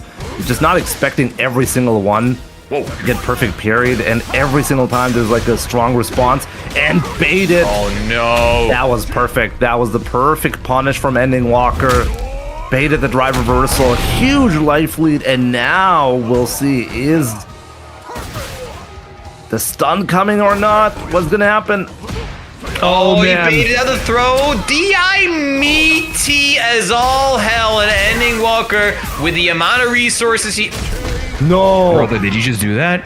That was not necessary. He could have just Brother. killed him. Did he just disrespect him? That was disrespect, but you know what? Wait, what? I respect it. There's no way. Like, Ending Walker is playing right now like this is like some casual set, you know? Wow, what a message. For sure, he's just said, yo, watch this. It looks like it, right? Wow, Yo, what? watch this. Wow, that was an amazing conversion and another great anti-air. Wow, Ending Walker is just ready for everything. He's ready. Oh my days. Oh yeah, nothing Lex could have done against the OD firewall. Ending Walker, he is walking himself toward the end of the tournament, it's looking like. Yeah, that was perfect play so far. Damn. Even the level 1 super was not gonna get it because the OD fireball killed. And once again, the punish counter light kick comes out. Gets so much corner carry for Ending Walker. Amazing with punish. Oh, low profile this stand. Roundhouse though. Yeah, try to be a little bit too gutsy. Oh yeah, and the perfect parry on the booms as well. It's so difficult to play Ending Walker like that. Like the confidence. I was of gonna this say, man. confidence is dripping out of his place. Like, again, the perfect parry. Oh wow, he actually got a punish. Indeed. What? Wow, I didn't know that you could punish it from that distance.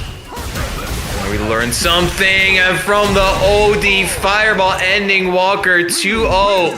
I don't know about you, Jimmy, but this is looking like buzz ass. That is looking like seriously, maybe Lex is gonna reconsider this character choice of Gaia. Like that is not working out. Maybe the Bison pick. Not at all. But I don't know. Like, what do you do? What do you do against that? Ending Walker seems to be too ready for everything. Do we actually go for the Bison? Yes. We do. Change of pace. Maybe this is what Lex needs. I like the color he's using though, by the way. The purple and magenta. It looks good, but I just cannot help but feel like this is a desperation pick, you know? It might be. I mean, and it makes sense, right? If you're Lex, you have to change something because Gal is not working out. Yeah, Ending Walker so far. Wow, what just random sweep right there. Oh, great sets of parries right there. He was in the yellow. Oh, crucial throw. Oh, he's ready. Trick confirm. He can kill as well. Ending. Doesn't even need a bar. On tournament point! Wow, that was crazy. Going in with a drive rush overhead. No, Lex is showing some signs of life, but is it gonna matter? I'm not sure. Like it. Ending Walker, he is not letting Lex live. Oh, the perfect parry. Jimmy, he needs one confirm. Hold on. Yeah, if he hits him once, he's dead. Yeah, you gotta rebuild the drive gauge as soon as possible. All right, Lex getting a second lease of life here. That drive H. But cannot get hit Extends by it. Ending Walker. Any hit by Ending Walker kills him. Ooh, There we okay. go. Lex staying alive in this grand final set. Still tournament point though. Ooh, great backdash to avoid the throw. All right, Lex. Oi, oi, oi. Oh, getting started. Let's see if he's gonna stabilize.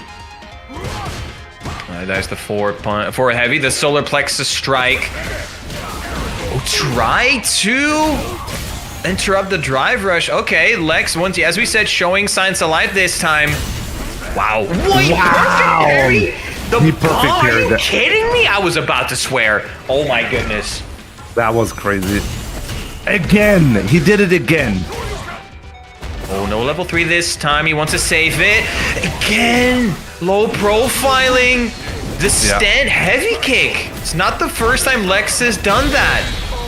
Yeah, like Ending Walker is trying to get a read on a throw tech or a backdash, I think, with the heavy kick, but it's not working out. Lex is not biting and deservedly gets this crucial third game. Oh, the crouch medium punch, though, stops Lex from moving forward. Okay. Ending Walker once again upping the pressure. Yep, that's it. That round is gonna be done. Damn, Tournament point again. third time. Is it the charm? Wow, great whip punish though from Lex. That was nice. He can convert, yep. He does. Will he perfect parry the bomb again? No, he doesn't. He diffused it. Great jump and big damage. Yeah, corner carry is big damage as well from that OD donkey kick. Plus frames. Lex, you gotta be careful now. Yep. Oh, great drive reversal. That was so nice. Level 2 off. I think he can actually build a level 3 off the next conversion. Ending Walker. It's almost within his grasp. Yeah, I'm pretty sure he can kill within the What next was that? combo. Lex, careful. Scary. Nothing to plan there, bro. Ending Walker, Yeah. he knows he's not gonna. He doesn't need to take any risk. He's chilling. Oh, This time, medium that- punch. Is that that kill? might be Wait, it. wait. It's Ryu. It's probably gonna be. Yeah. I think that's it. Yeah. Yep. And it is this time. Congratulations to Ending Walker winning World Royal UK and Ireland number 4. The first, Damn. his first W in this Capcom Cup World Warrior program. He got second once and finally first place. Was a long time coming. That's a lot of points for the man. That means he's still very much in competition for that instant qualification spot. However, Lex, with his second place, still very much in play for that one. But Ending Walker taking that W and taking home the large majority of our match reno pool as well. Yeah, absolutely. And shouts to the entire top 8. Zalis and Frost in 7th place. We have Muscle Noob Broski in 5th place. 4th place, Problem X with his amazing M Bison. Infectious is showing us once again Marisa with the modern controls. Very nice. Lex 2nd place. And Ending Walker getting that W for CPT World Warrior number 4 for UK and Ireland. Absolutely great performance out of this entire top 8, but it was Ending Walker who was too strong in the end, was definitely prepared for the matchup against Lex. That's going to be it for us this week. Next week is going to be UFA, so we're going to take a break. No Saltmine League or any online weekly next weekend because I will be at UFA as well. So if you wanna say hello, just hit me up, and this will be a good time, Yeah, absolutely. But the week after, reminder about World Royal Europe West number 4. Yep. Yeah. September 20th at 5 p.m. CET or 4 p.m. for British people. And obviously the most important one, Deutschland. read us. Deutschland! What Alle war Deutschen! What war your Deutschland Nummer 4? 21.09.2025 um 17 Uhr. Anmelden. Go do Aber it. sowas von. If you understand it, what I just said, you should probably sign up. Yes, exactly. But Exactly. that's going to be it for us today. Yep. Who do we raid? Semi 28. Oh, There we go. There we go. Good choice. Good choice. Chat, hope y'all had a good weekend. Hope this was a great way to end your weekend. Have a good We'll one, see you in 2 weeks. everybody. See you at UFA. Yeah, guys. Yeah. Thanks a lot for Dami God. watching.